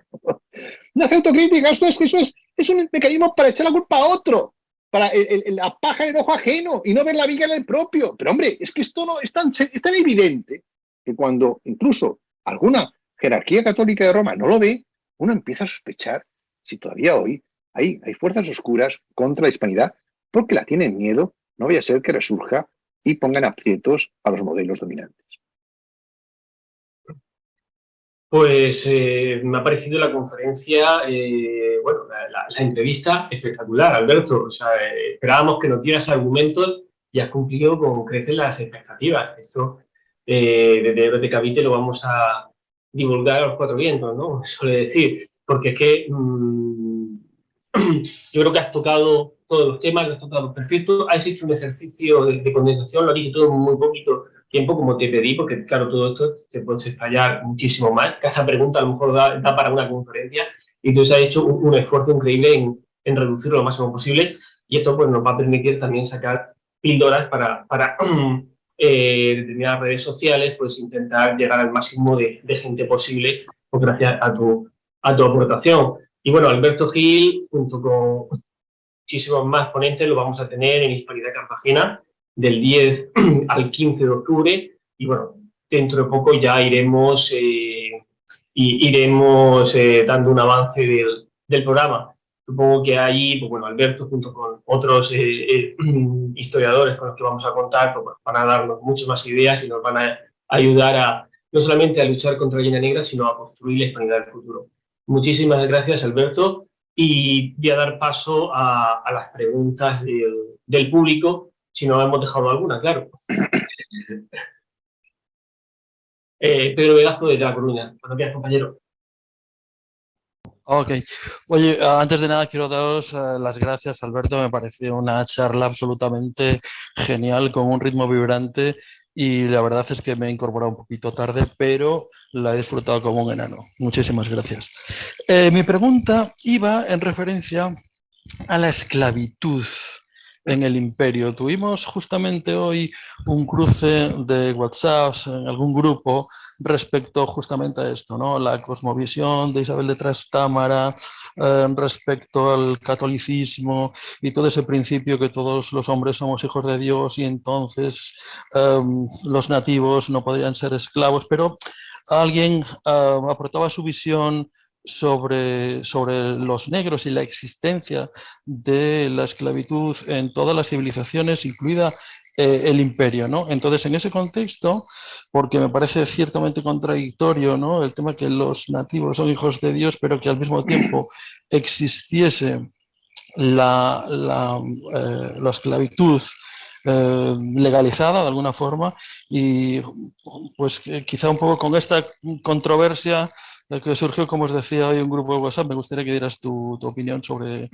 esto. Muchas gracias. Muy bien. Pues claro, evidentemente te digo que el mundo no es ideal. Una de las cosas que hay que decir a la gente es que no vivimos en un mundo ideal, de ping y pong. Hay cosas negativas. Evidentemente, a los negros pues se les mantuvo la esclavitud más tiempo del deseable, por supuesto. Pero veamos los términos en plan mirada apreciativa. Isabel, mujer, decide. Podían haberlo hecho, porque Colón trae a los indios ya como para ser esclavos. Que no lo fueran. Liberar son mis vasallos. Eso es revolucionario. Eso hay que ponerlo en valor, por favor. Ponerlo en valor. Pero luego, fíjate, cuando se habla de los temas negros, el negro que Isabel murió pronto, no dio tiempo a extender esa doctrina a los negros, que hubiera sido lo que hubiera hecho de haber estado viva, porque eso vino después. Pero hay dos personajes que tienen, por el mismo contagio de la época, ese prejuicio antinegro, de los que no se habla mal. Y eso te da de nuevo la pista de cómo estamos en una pérfida estrategia de un sesgo cognitivo. Uno es Bartolomé de las Casas. Bartolomé de las Casas salva a los indígenas, pero no a los negros. Llega a tener encomiendas él con negros. Nadie se mete con él. Digo nadie de la izquierda española. Otro es Tocqueville. Tocqueville, que todos adoramos, de Educación América. Tocqueville sí es crítico con la actitud de los gobiernos norteamericanos frente a los indígenas, pero los negros no dice nada. ¿Por qué? Porque en aquella época hay que ponerse en las mentes de la gente de allí, pues todavía no había llegado una cierta filosofía que esto lo prohibiera, llegaría después. Pero con todo, comparando cómo hay que hacer las cosas, poniendo las cosas en contexto, tanto temporal como espacial, los españoles no fueron los mayores esclavistas del mundo, ni estuvieron entre los mayores esclavistas del mundo. Nunca. Nunca. Fueron esclavistas, sí, los que fueron, sí, pero en menor ocasión y tratando siempre a los indígenas mucho mejor. No hubo aquí las persecuciones que hubo en Norteamérica en pleno siglo XIX y XX. No los hubo. No hubo Ku Klux Klan. No lo hubo. Entonces, pongamos la cosa en positivo. Es decir, no fuimos ángeles, lo dice Cubillo, evidentemente. Es que no se trata de eso. Se trata que nos están juzgando siempre tomando lo negativo y extendiéndolo y para borrar cualquier cosa positiva. Y eso no lo podemos permitir. Siempre comparemos con otros y comparemos con otros sujetos y veamos que todo es una trama para meterse en el mundo hispano, porque los demás eran casi siempre peores. Muchas gracias. Matías Noguera, desde Murcia, compañero. Sí, hola, muchas gracias. Bueno, lo primero es que ante una ponencia como la que acabamos de disfrutar, caray, que cuesta trabajo hacer preguntas después de una explicación tan completa como la que ha dado de todos y cada uno de los temas. Pero a mí me ha llamado la atención, curiosamente creo, una de las cosas del principio de todo, que se refiere a ese libro que parece que tiene en preparación o a punto de lanzarse. Me ha llamado sobre todo la atención el título, porque es algo que yo llevo siguiendo hace mucho tiempo. Todos hemos oído hablar mucho del el Sacro Imperio Romano-Germánico, pero él habla, creo, del Sacro Imperio Romano-Hispano, que a mí, en principio, me parece pues como mucho más sensato. ¿Qué tiene que decirnos a eso el ponente, por favor? Solo Mira, eso, muchas gracias. Yo diría que gracias por la pregunta porque me permite hablar de mi libro, que al fin y al cabo es para lo que estamos todos. Bueno, de Sí, escritor a escritor, de escritor a escritor. Bueno, mi tesis es muy simple y es abundando en lo que ya vengo diciendo. El Sacro Imperio Romano Germánico fue un producto de marketing. No era imperio, nunca hubo unidad política, no era sacro, realmente eran protestantes, habían roto con Roma, no era latino, no hablaban latín, no era romano, no era latín, y era difícilmente germánico. Había pueblos que hablaban lenguas germánicas, pero no había una Germania. Es más, Prusia no estuvo hasta tarde dentro, o sea que es un bluff, pero el Papa coronaba al emperador. Qué curioso que el Papa católico coronase al emperador germánico y no al emperador hispano. Es más, en las dos ocasiones que un español trató de ser emperador del Sacro Imperio Romano Germánico, Alfonso X y Carlos I, el Papa se negó. ¿Por qué? Porque la Iglesia es muchas cosas, que aquí, pues por supuesto, todas las creencias son muy respetables, pero también es una institución de poder. Y él pensó siempre, la Iglesia, que no había que dar demasiado poder a España. Quería tener controlada a España. La ha tenido siempre controlada hasta muy recientemente, incluso hoy. Más que a otros, y cuidaba mucho más a Francia, que era una potencia católica, pero muy traidora, se aliaba con los protestantes cuando quería, inventó el galicanismo, y a España siempre la trataba despectivamente. Es más, se dice que Felipe II, fíjate que tenía gestionado un imperio enorme, dedicaba el 50% de su tiempo a resolver cuitas con Roma, salvando, por cierto, a Santa Teresa de la Inquisición. O sea que, ¿qué es lo que sostengo? Que el verdadero sucesor del Imperio Romano fue el Sacro Imperio Romano Hispánico. ¿Qué es el Sacro Imperio Romano Hispánico? Los 3 siglos de la América Virreinal. Donde, y yo lo que estoy estudiando ahora, y creo que demostraré, que todas las aportaciones del Imperio Romano las llevó plus ultra. Porque además el Imperio Romano también tenía su zona oscura. El Imperio Romano sí que había esclavitud. Pero nadie habla de eso, es que nadie habla de eso, es que ahí te das cuenta la trampa, es que nadie habla de eso, es que la esclavitud estaba legalizada, es que Cicerón tenía esclavos, pero no se habla de eso. Cicerón era un gran hombre, Julio César era un dictador, era un genocida, pero no, Julio César era un gran hombre. Es que todo el mundo tiene leyenda rosa, menos el mundo hispano, joder, ya está bien, ¿no? Bueno, pues lo que digo es que siendo objetivos, sin ser en infraestructuras, en derecho, en filosofía, también religión y en lengua, el Imperio Romano lo lleva a América. Además, supera al Imperio Romano, porque de ser un imperio marítimo circunscrito al Mediterráneo, el Imperio Español llega a tener territorios en los 5 continentes, descubriendo tierras que no eran conocidas para los europeos, océanos que no eran conocidos para los europeos. Es que la gesta del Sacro Imperio Romano Hispánico, que yo digo que no es de los españoles, que es de 500 millones de individuos, porque todo eso era con mucha gente de otras nacionalidades y de otras procedencias, y mestizos y de todo, e indígenas, fue una cosa tremenda, que ha sido borrada por las necesidades políticas de los dirigentes de las repúblicas independientes. Así. Y, por supuesto, por los celos del mundo anglosajón. Luego es lo que intento demostrar, que nos hemos perdido eso y que, como quien denomina, domina, si consiguiéramos crear esa marca Sacro Imperio Romano Hispánico, creo que es una marca vencedora y empoderante en términos posmodernos, ¿no? Que nos permitiría ir más allá. Es vender lo que hemos hecho con un nombre que sea vendible, que es lo que no hemos tenido. Los hispanos no sabemos vendernos, solo sabemos criticarnos. Entonces no sabemos vendernos. Pues ya está bien, hay que empezar a venderse mejor. Y yo empiezo por poner esta marca demostrando que somos los auténticos sucesores del Imperio Romano, que no fueron los germánicos, que fueron los hispanos. Bueno, una cosa, este libro del que hablas, ¿cuándo tienes previsto sacarlo? ¿Cuándo se va a estrenar? Pues mira, le dije a Ángel que tenía dudas de aceptar esta charla porque estoy acabándolo en estas semanas. Yo espero que, bueno, luego la editorial, pues 3 meses mínimo. Yo espero que para noviembre pueda estar.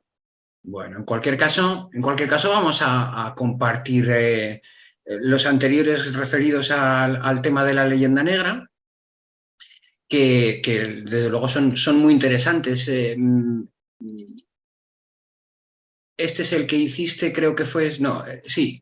Este es el Bueno, primero es la conjura silenciada 2020, que está descatalogado. Primero es conjura silenciada contra España, que es de 2016. Ese ya está descatalogado. Este es de 2018, efectivamente, y la Gran Cultura 2020. Pero antes hay otro que no sé si lo tendréis porque se hicieron 2.500 ejemplares, se agotó y no se volvió a hacer. Un problema con la editorial. No sé si lo tengo por aquí para sacarlo en pantalla, pero bueno, así está este, no sé si lo veis. ¿Queréis verlo? No sé. Me haces... Este es el otro. Este que tengo puesto en la pantalla ahora mismo es el más Es el último, sí, el año 20. Y el que del 18. 18. Y el que tengo en mis manos, si pones la cámara lo ves, es de 2016. Que es el primero que hice. Y lo tenemos ahí. No sé si se ve. Alberto, ¿dónde se pueden comprar tus libros? Bueno, los dos últimos, bueno, en teoría, según la editorial, en cualquier editorial, pero yo digo Amazon, está abierto, y además en visión electrónica es muy barato, y supuestamente en cualquier librería lo puedes, si no está, lo puedes pedir. El único que, no está, que ya está desconectado es este. Este es uno que ya desgraciadamente no se puede conseguir. De todas maneras, tengo una versión, la he colgado en Academia Edu, una versión simplificada de este libro para quien me la ha pedido mucha gente, como no puedo volver a editarlo, pues bueno, tenerlo ahí de manera gratuita. Spoiler. Los otros se pueden conseguir en Amazon, en cualquier librería, en principio se puede pedir. Están los dos en venta. Voy por la tercera edición de la historia del odio a España, que hemos vendido 15.000 ejemplares, y el de la guerra cultural, que es el más reciente, pues no sé si iré por 7.000 por ahí. Vale, pues vamos a ver si les damos un empujoncito desde aquí. El turno de Mariano Aguas. ¿No quieras, compañero? ¿Qué tal? Buenas noches para ustedes, buenas tardes de aquí desde Buenos Aires. Bueno, yo tengo un gran placer, doble placer, por haber escuchado una excelente charla de un queridísimo amigo, a quien hacía mucho que no veía.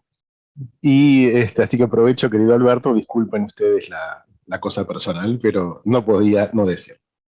Bien, vamos a la pregunta. Querido Alberto, escuchándote hay muchos temas, pero hay un tema que básicamente me hizo reverberancia en el coco, y es, ¿qué lleva al colapso del Estado español? Porque cuando uno ve las guerras de independencia, o las guerras de secesión, como se las miren, tiene mucho que ver con lo que diríamos en inglés, el breakdown de España, es la caída de España. O sea, el argumento de Castelli en el Cabildo Abierto del 22 de mayo en Buenos Aires es eso. Y paradójicamente cita al derecho de gentes y cita, o sea, cuando dicen, bueno, los pueblos americanos en realidad son súbditos de la corona de Castilla. ¿No es cierto? Entonces, mi querido amigo, ¿qué explicación le das vos a ese fenomenal suceso, digamos? Gracias. Bueno, un abrazo intemporal para mi querido amigo argentino, politólogo, gran politólogo Mariano Aguas, que algún día hemos discutido estos temas, porque por supuesto no tenemos al 100% de coincidencia, pero que me llamó la atención de un tema interesante que hemos tratado hoy, que es el tema del paso de Drake, ¿no? ¿Cómo se llamabas tú? Que era el Oces, que le han cambiado el nombre, ¿no? Que es inglés. El mar de Oces. Pero yo les cuento una cosa, les cuento una cosa divertida. La Armada Argentina, entre bambalinas, sigue llamando al paso Mar de Oces. Como a las Islas Georgias, en algún lado se las sigue llamando las Islas San Pedro. Como debe ser. Bueno, yo me enteré hace poco que Barbados, que yo pensaba, no, Barbados, no, Bermudas, que pensé que llevábamos los pantalones por ahí en inglés, es de un español, de un tal Bermúdez, y por eso se llaman Islas Bermudas. Yo creo que no lo saben, pues no le han cambiado el nombre todavía. Bueno, yendo a la pregunta, claro, evidentemente pasa una cosa con el Imperio Romano que también se dice, ¿por qué cayó el Imperio Romano? Ahí había razones económicas en España, o sea, España estaba mal, pero América no. Pero bueno, tuvimos un mal rey, que es verdad, que era Carlos IV, bueno, dos malos reyes, Carlos IV y Fernando VII, y Napoleón. Claro, más que la quiebra del Estado, fue una confluencia, es decir, nos llevan atacando siglos. Tanto Francia como Inglaterra querían quedarse con las rutas comerciales con América. Napoleón invade España, no por España, bueno, sí, quería quedarse del Ebro para arriba. Lo que ofrece a su hermano José es del Ebro para abajo, los catalanes no se han enterado. que les querían, un jacobino quería apoderarse de Cataluña. O sea, del Ebro para arriba va a ser Francia. Pero lo que le interesaba de España no era eso, era América. Era América. De hecho, Napoleón se carga el Sacro Imperio Romano Germánico, se autocorona emperador, pero también quería ser emperador de las Américas. Luego manda, bueno, su hijo nieto manda a Maximiliano, ¿no? Luego esa era la historia. América siempre ha sido la joya de la corona y todo el mundo la quería. Y España, claro, se estaba empobreciendo por la guerra de religión, por las bancarrotas, enormes costes, fue tremendo. Pero con Carlos III estábamos bien. Es lo que pasa un poco con el Imperio Romano, que nadie pensaba que podía caer el Imperio Romano poco tiempo antes.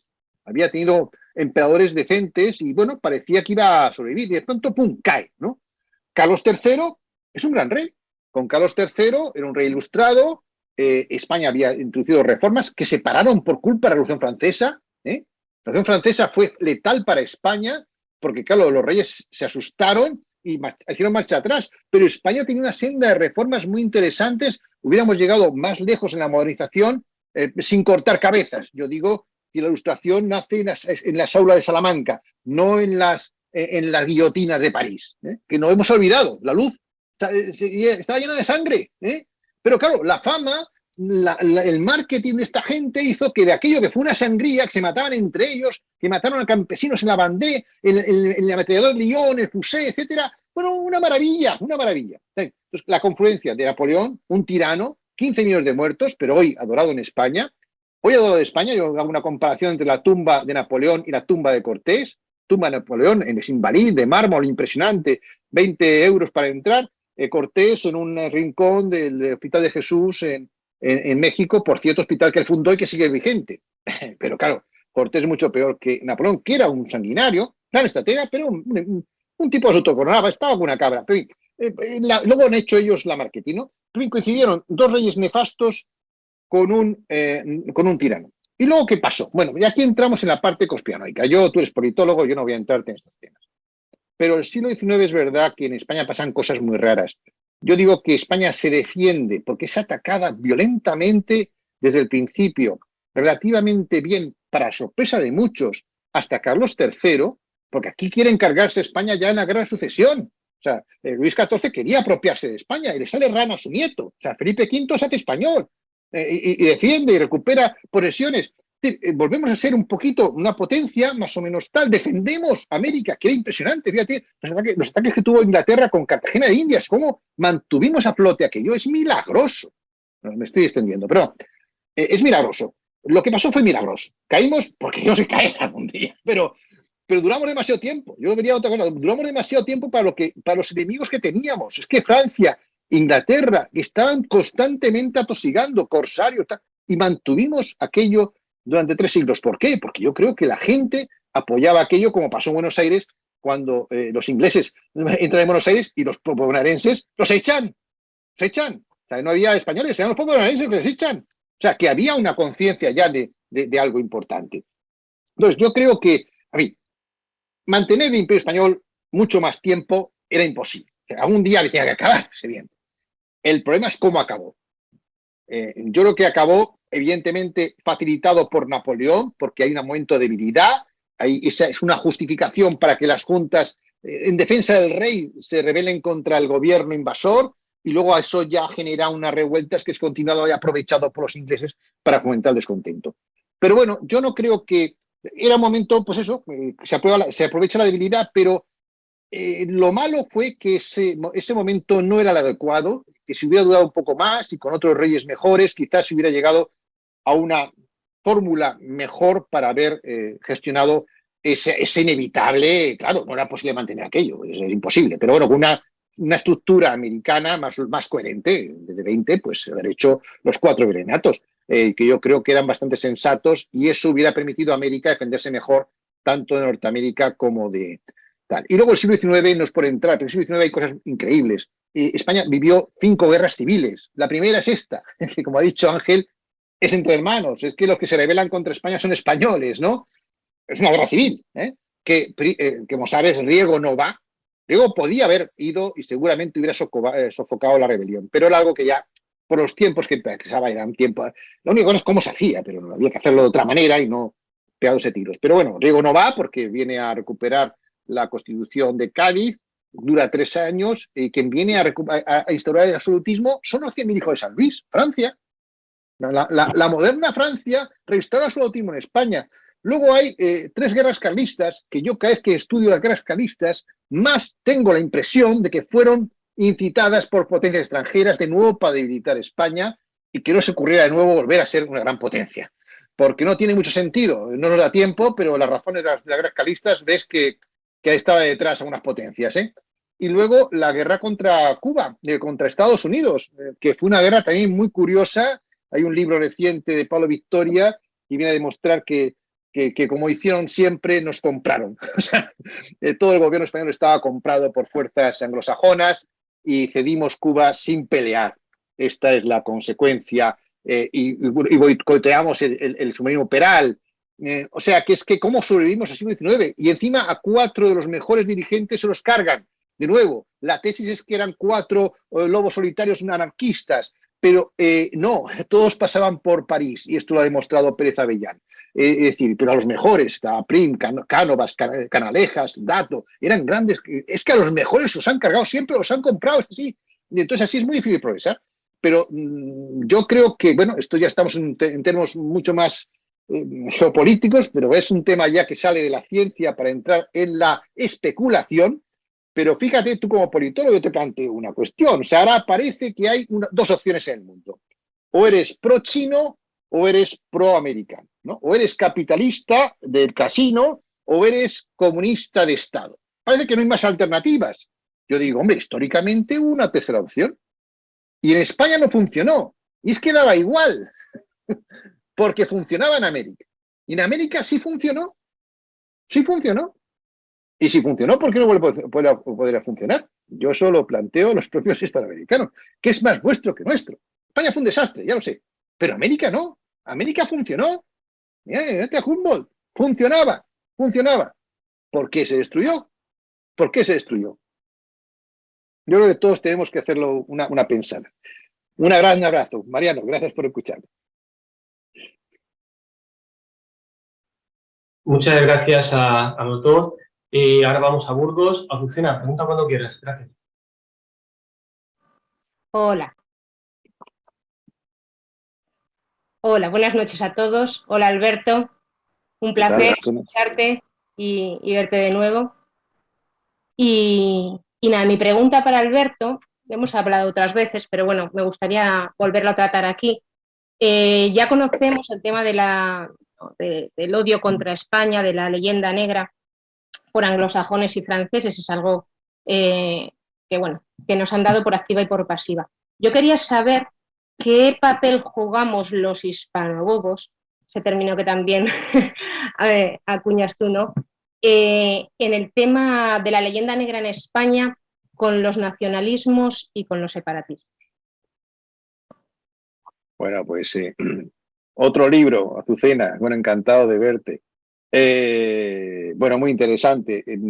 Hay cosas que estoy últimamente pensando, y es que la leyenda negra en América es la misma que se ha producido en España, y es muy parecida. El mismo objetivo es que no levantemos cabeza y que estemos divididos. Es el mismo objetivo. Y en todos los separatistas juegan el papel que están jugando el indigenismo. Es exactamente el mismo. Dividir y ir contra el enemigo España, aunque ellos sean españoles, pero esa disociación cognitiva que hace que también los indígenas piensen que ellos no tienen nada que ver con el mundo hispano. ¿Vale? Yo creo que han vivido ahí siglos, ¿no? Sí, tiene mucho que ver. Mira, hay un tema que es que sería para extenderme mucho, pero voy a dar un dato, porque lo relaciono con América. Cuando Bolívar entrega a Miranda a Monteverde, Bolívar era un traidor, que entrega a Miranda, su maestro, a Monteverde, que era el capitán general de Venezuela, español. El capitán general Monteverde escribe al rey diciendo que Bolívar era un patriota. Era un patriota. No sé si os suenan estas palabras porque hay una discusión reciente. Era un patriota que había entregado a Miranda porque era leal al rey. Claro, yo le llamo el primer hispanobobo contra el separatismo, a Monteverde, porque se dejó engañar. Se dejó engañar. Y así nos ha ido siempre. Hace poco veíamos una noticia, por ejemplo, que Inglaterra, o sea, hay una, lo pongo en mi libro, cómo se produce la unión entre Inglaterra y Escocia. Lo dicen ellos, les compramos a todos. Compraron a todos los diputados escoceses y los integraron en Westminster, pues compraron, perdiendo poder. Pero recientemente hemos visto cómo el gobierno británico ha dejado pasar el tema del referéndum y tal, escocés, y ha detenido a la presidenta del Partido Nacionalista Escocés por corrupción. Y claro, uno no hace sino a recordar cuando Jordi Pujol estaba encausado por el escándalo de corrupción de Caixa Catalunya y cómo el gobierno español lo salvó porque prefería tener un hombre sensato que pudiera controlar el cotarro catalán. Ingenuidad y bobería. Y así estamos hasta hoy. No aprendemos las lecciones de la historia. Los separatistas para mí son gente que cobra de una manera u otra para mantener la leyenda negra de siglos, para que España nunca pueda ser una potencia ni el mundo hispano puede estar unido, que son los objetivos que tienen nuestros enemigos. Y los separatistas, siendo conscientes o no, esto es la única, algunos lo son, otros no, algunos cobran más, otros no, pero están jugando el papel, ese papel, el mismo papel que jugaron los hijos de Bitiza en la batalla de Guadalete.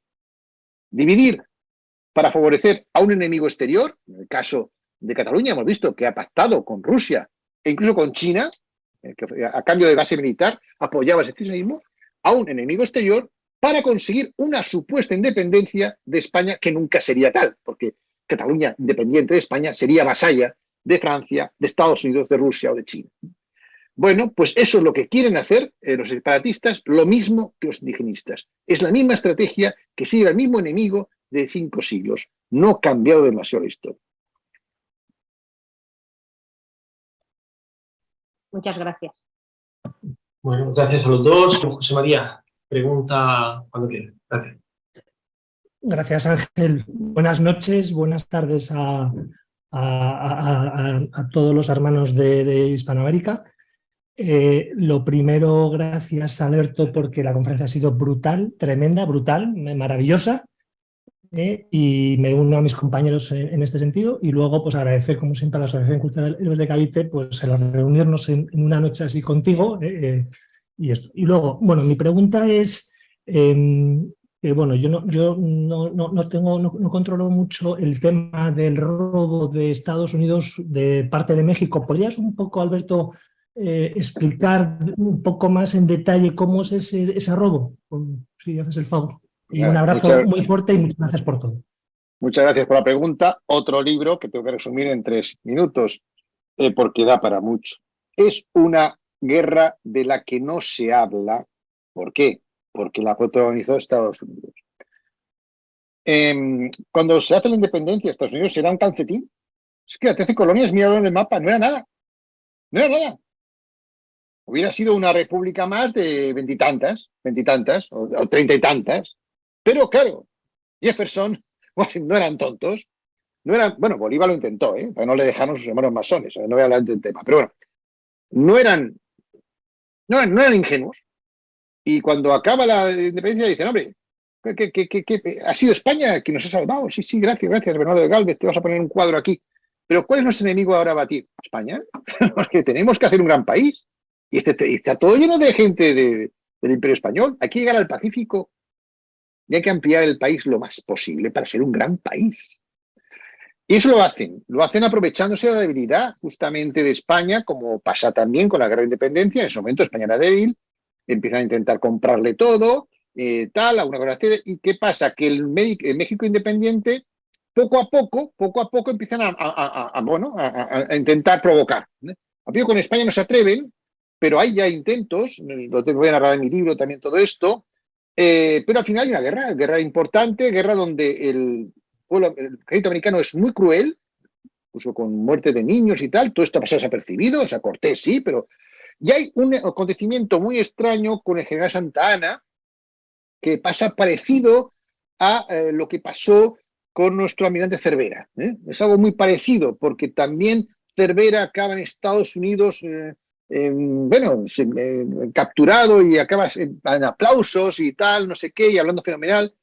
Y Santana también es secuestrado, es capturado y ahí cede, o sea, él acepta cosas que luego niega, pero en la última batalla toma decisiones muy extrañas.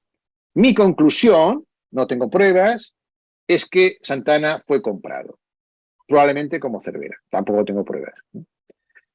Porque no era en ese momento el ejército mexicano peor que Estados Unidos. Estados Unidos era un ejército, bueno, pequeño en aquella época, y bueno, México podía haber ganado. Fueron lo que ha dicho siempre con los sajones, si nos vences, cómpralos, mucho mejor, más barato, ¿no?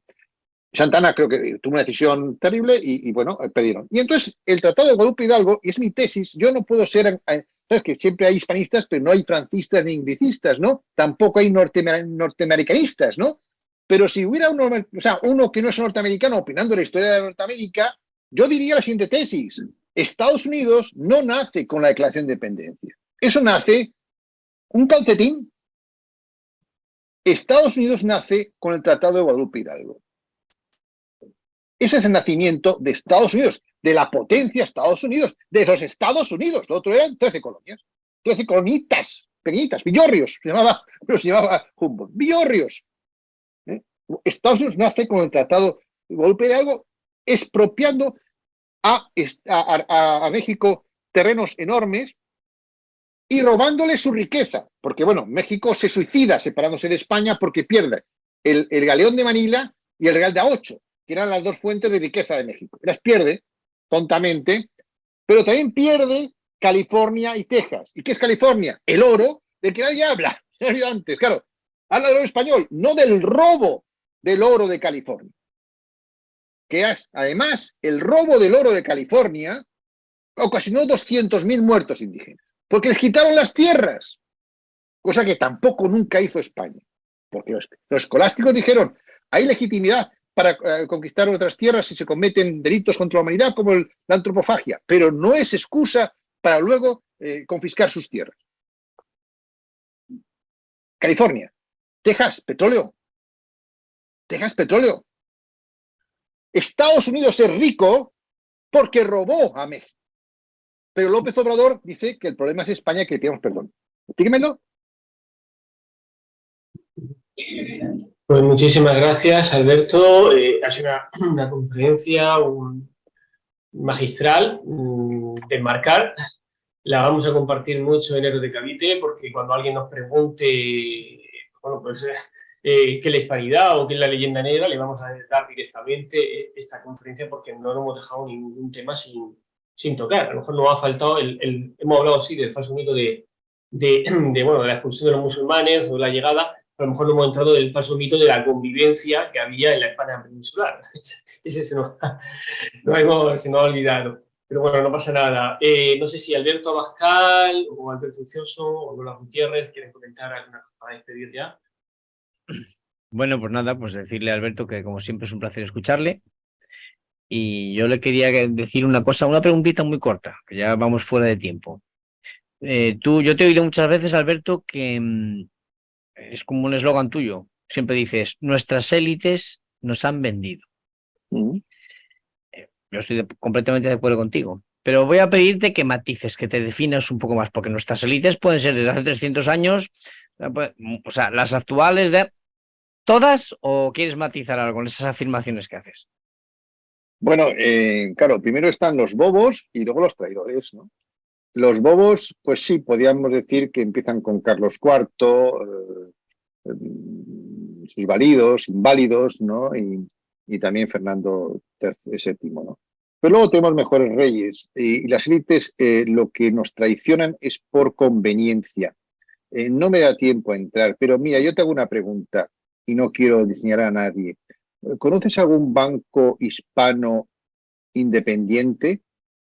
Gran banco hispano independiente.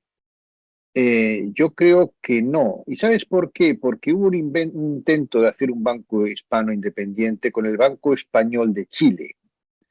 Y el Banco Español de Chile lo crean inmigrantes asturianos y llega a tener sucursales en Barcelona. Era de Chile. Y cuando llega a Barcelona, los poderes financieros mundiales se asustan de que un banco español pudiera tener carácter internacional y se lo cargan. Y a partir de ahí entran los temas de los bancos centrales que iban a poner, de hecho el Banco Central es el que se lo carga, un invento norteamericano que impone en toda América, sin tener problema de solvencia.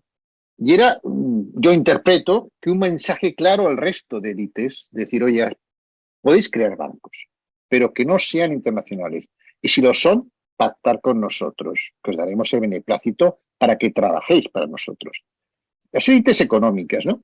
Miran a su bolsillo, no miran al interés del marco cultural que les hace ricos, a diferencia de los otros. Yo siempre digo que el problema de España es que no ha tenido masonería española, que nos hubiera venido bien, porque lo que tenemos son filiales de masonerías inglesas o francesas. Y eso lo vio Bolívar en su propia carne. No me da tiempo, pero Bolívar acaba prohibiendo la masonería. Es una cosa que voy a contar en mi libro y que muy poca gente sabe. Bolívar, masón, acaba prohibiendo las logias masónicas. No fue Franco el primero, fue Bolívar en Colombia. ¿Y sabes por qué Venezuela? ¿Sabes por qué? Porque se da cuenta que eran sus enemigos y se lo querían cargar y que no le dejaban hacer lo que él quería. Pero por ser masones, no, por ser pro-británicos. Es decir, la masonería tendrá todo lo que quieras, pero es una organización de élites que defienden intereses geoestratégicos en el mundo. ¿Por qué? Porque interesa a esa gente y porque las élites sacan dinero de esto. España no tiene eso, ni el mundo hispano tampoco. México es una sucursal del norte. Bueno, y las políticas, élites políticas. Pues chicos, yo te pregunto, te vuelvo a preguntar, ¿qué líder político actual del mundo hispano no consideras un genuflexo frente al poder anglosajón? Incluidos los indígenas, incluidos los indígenas. Han ido ahora, creo, a ver a Carlos III, unos cuantos líderes indígenas, a darle la enhorabuena por ser, porque protege la Amazonía, o sea, como si el gran problema el gran salvador de la Amazonería va a ser Carlos III, No, por supuesto la Commonwealth no tiene ningún problema ecológico, ninguno, Ni la British Petroleum ha sido la que ha ocasionado el mayor desastre ecológico de la historia en el Golfo de México, no, el gran problema es y eso lo va a resolver ¿quién? Carlos III, ahí van a rendirle pleitesía.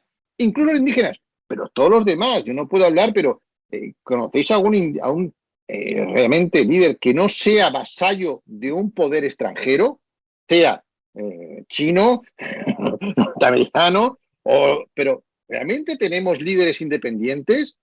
Es la pregunta, y no quiero hablar más porque quiero salir aquí libre, Alberto, no quiero que mañana me mandan un pelotón de ejecución a mi casa. Está bien, admito la respuesta, me vale. Eróticamente es tu casa, ya lo sabes. Y bueno, y nosotros estamos contigo con la guerra cultural de Alberto Gil Ibáñez y también con la rebelión hispanista de Carlos Leáñez. Esa es nuestra batalla. Muchísimas gracias. Hasta luego. Muchas gracias.